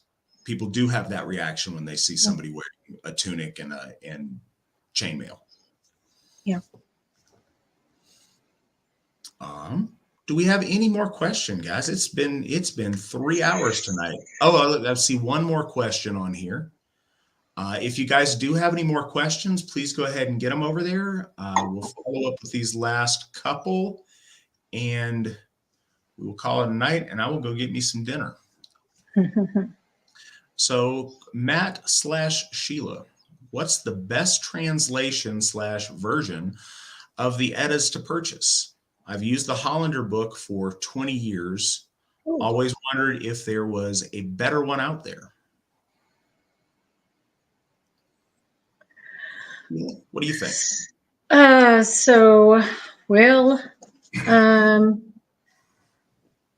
Like I said, I like the Chisholm book.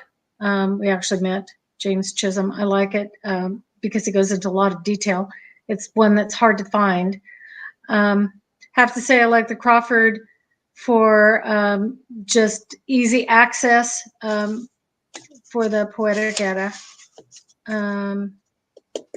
And, some of the other translations, certainly Bellows is one that's very, very popular and easy to get because it's on PDFs. You can get PDFs of some of these.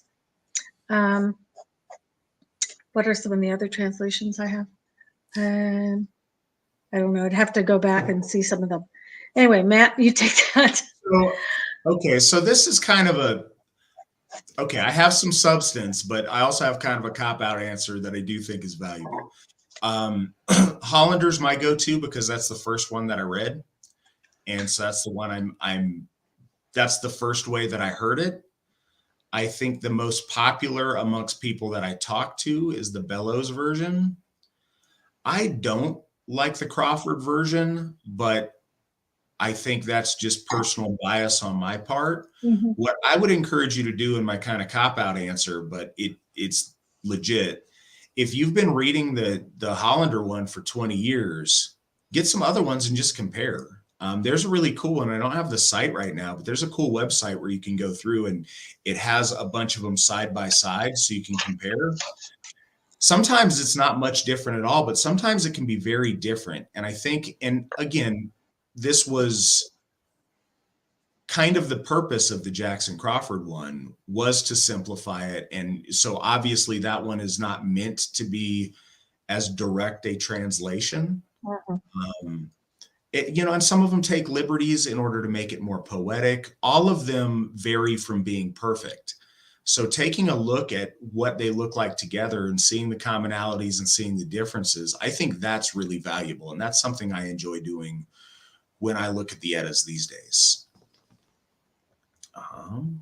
Do we have any last questions from you guys?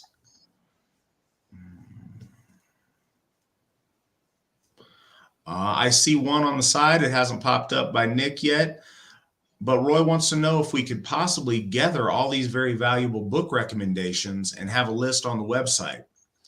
I think that sounds like a great idea for some of our folk builders under the direction of Nick to do.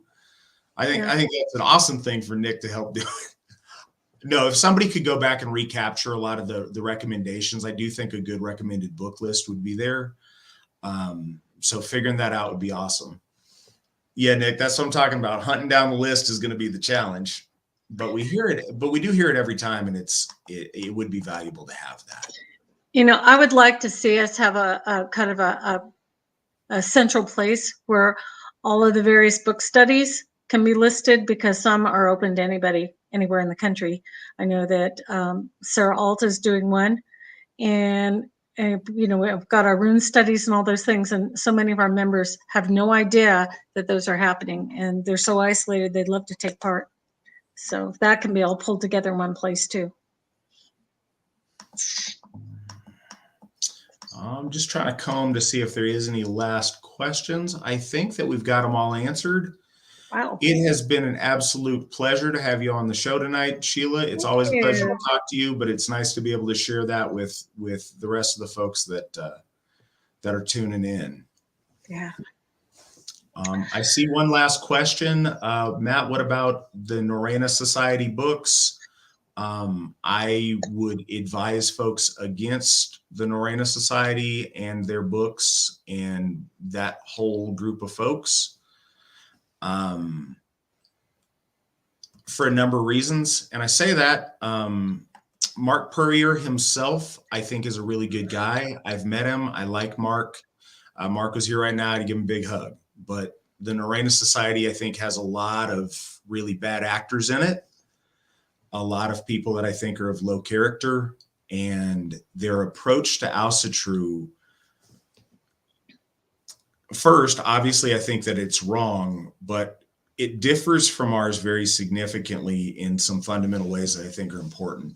And I don't know the most eloquent way to put this.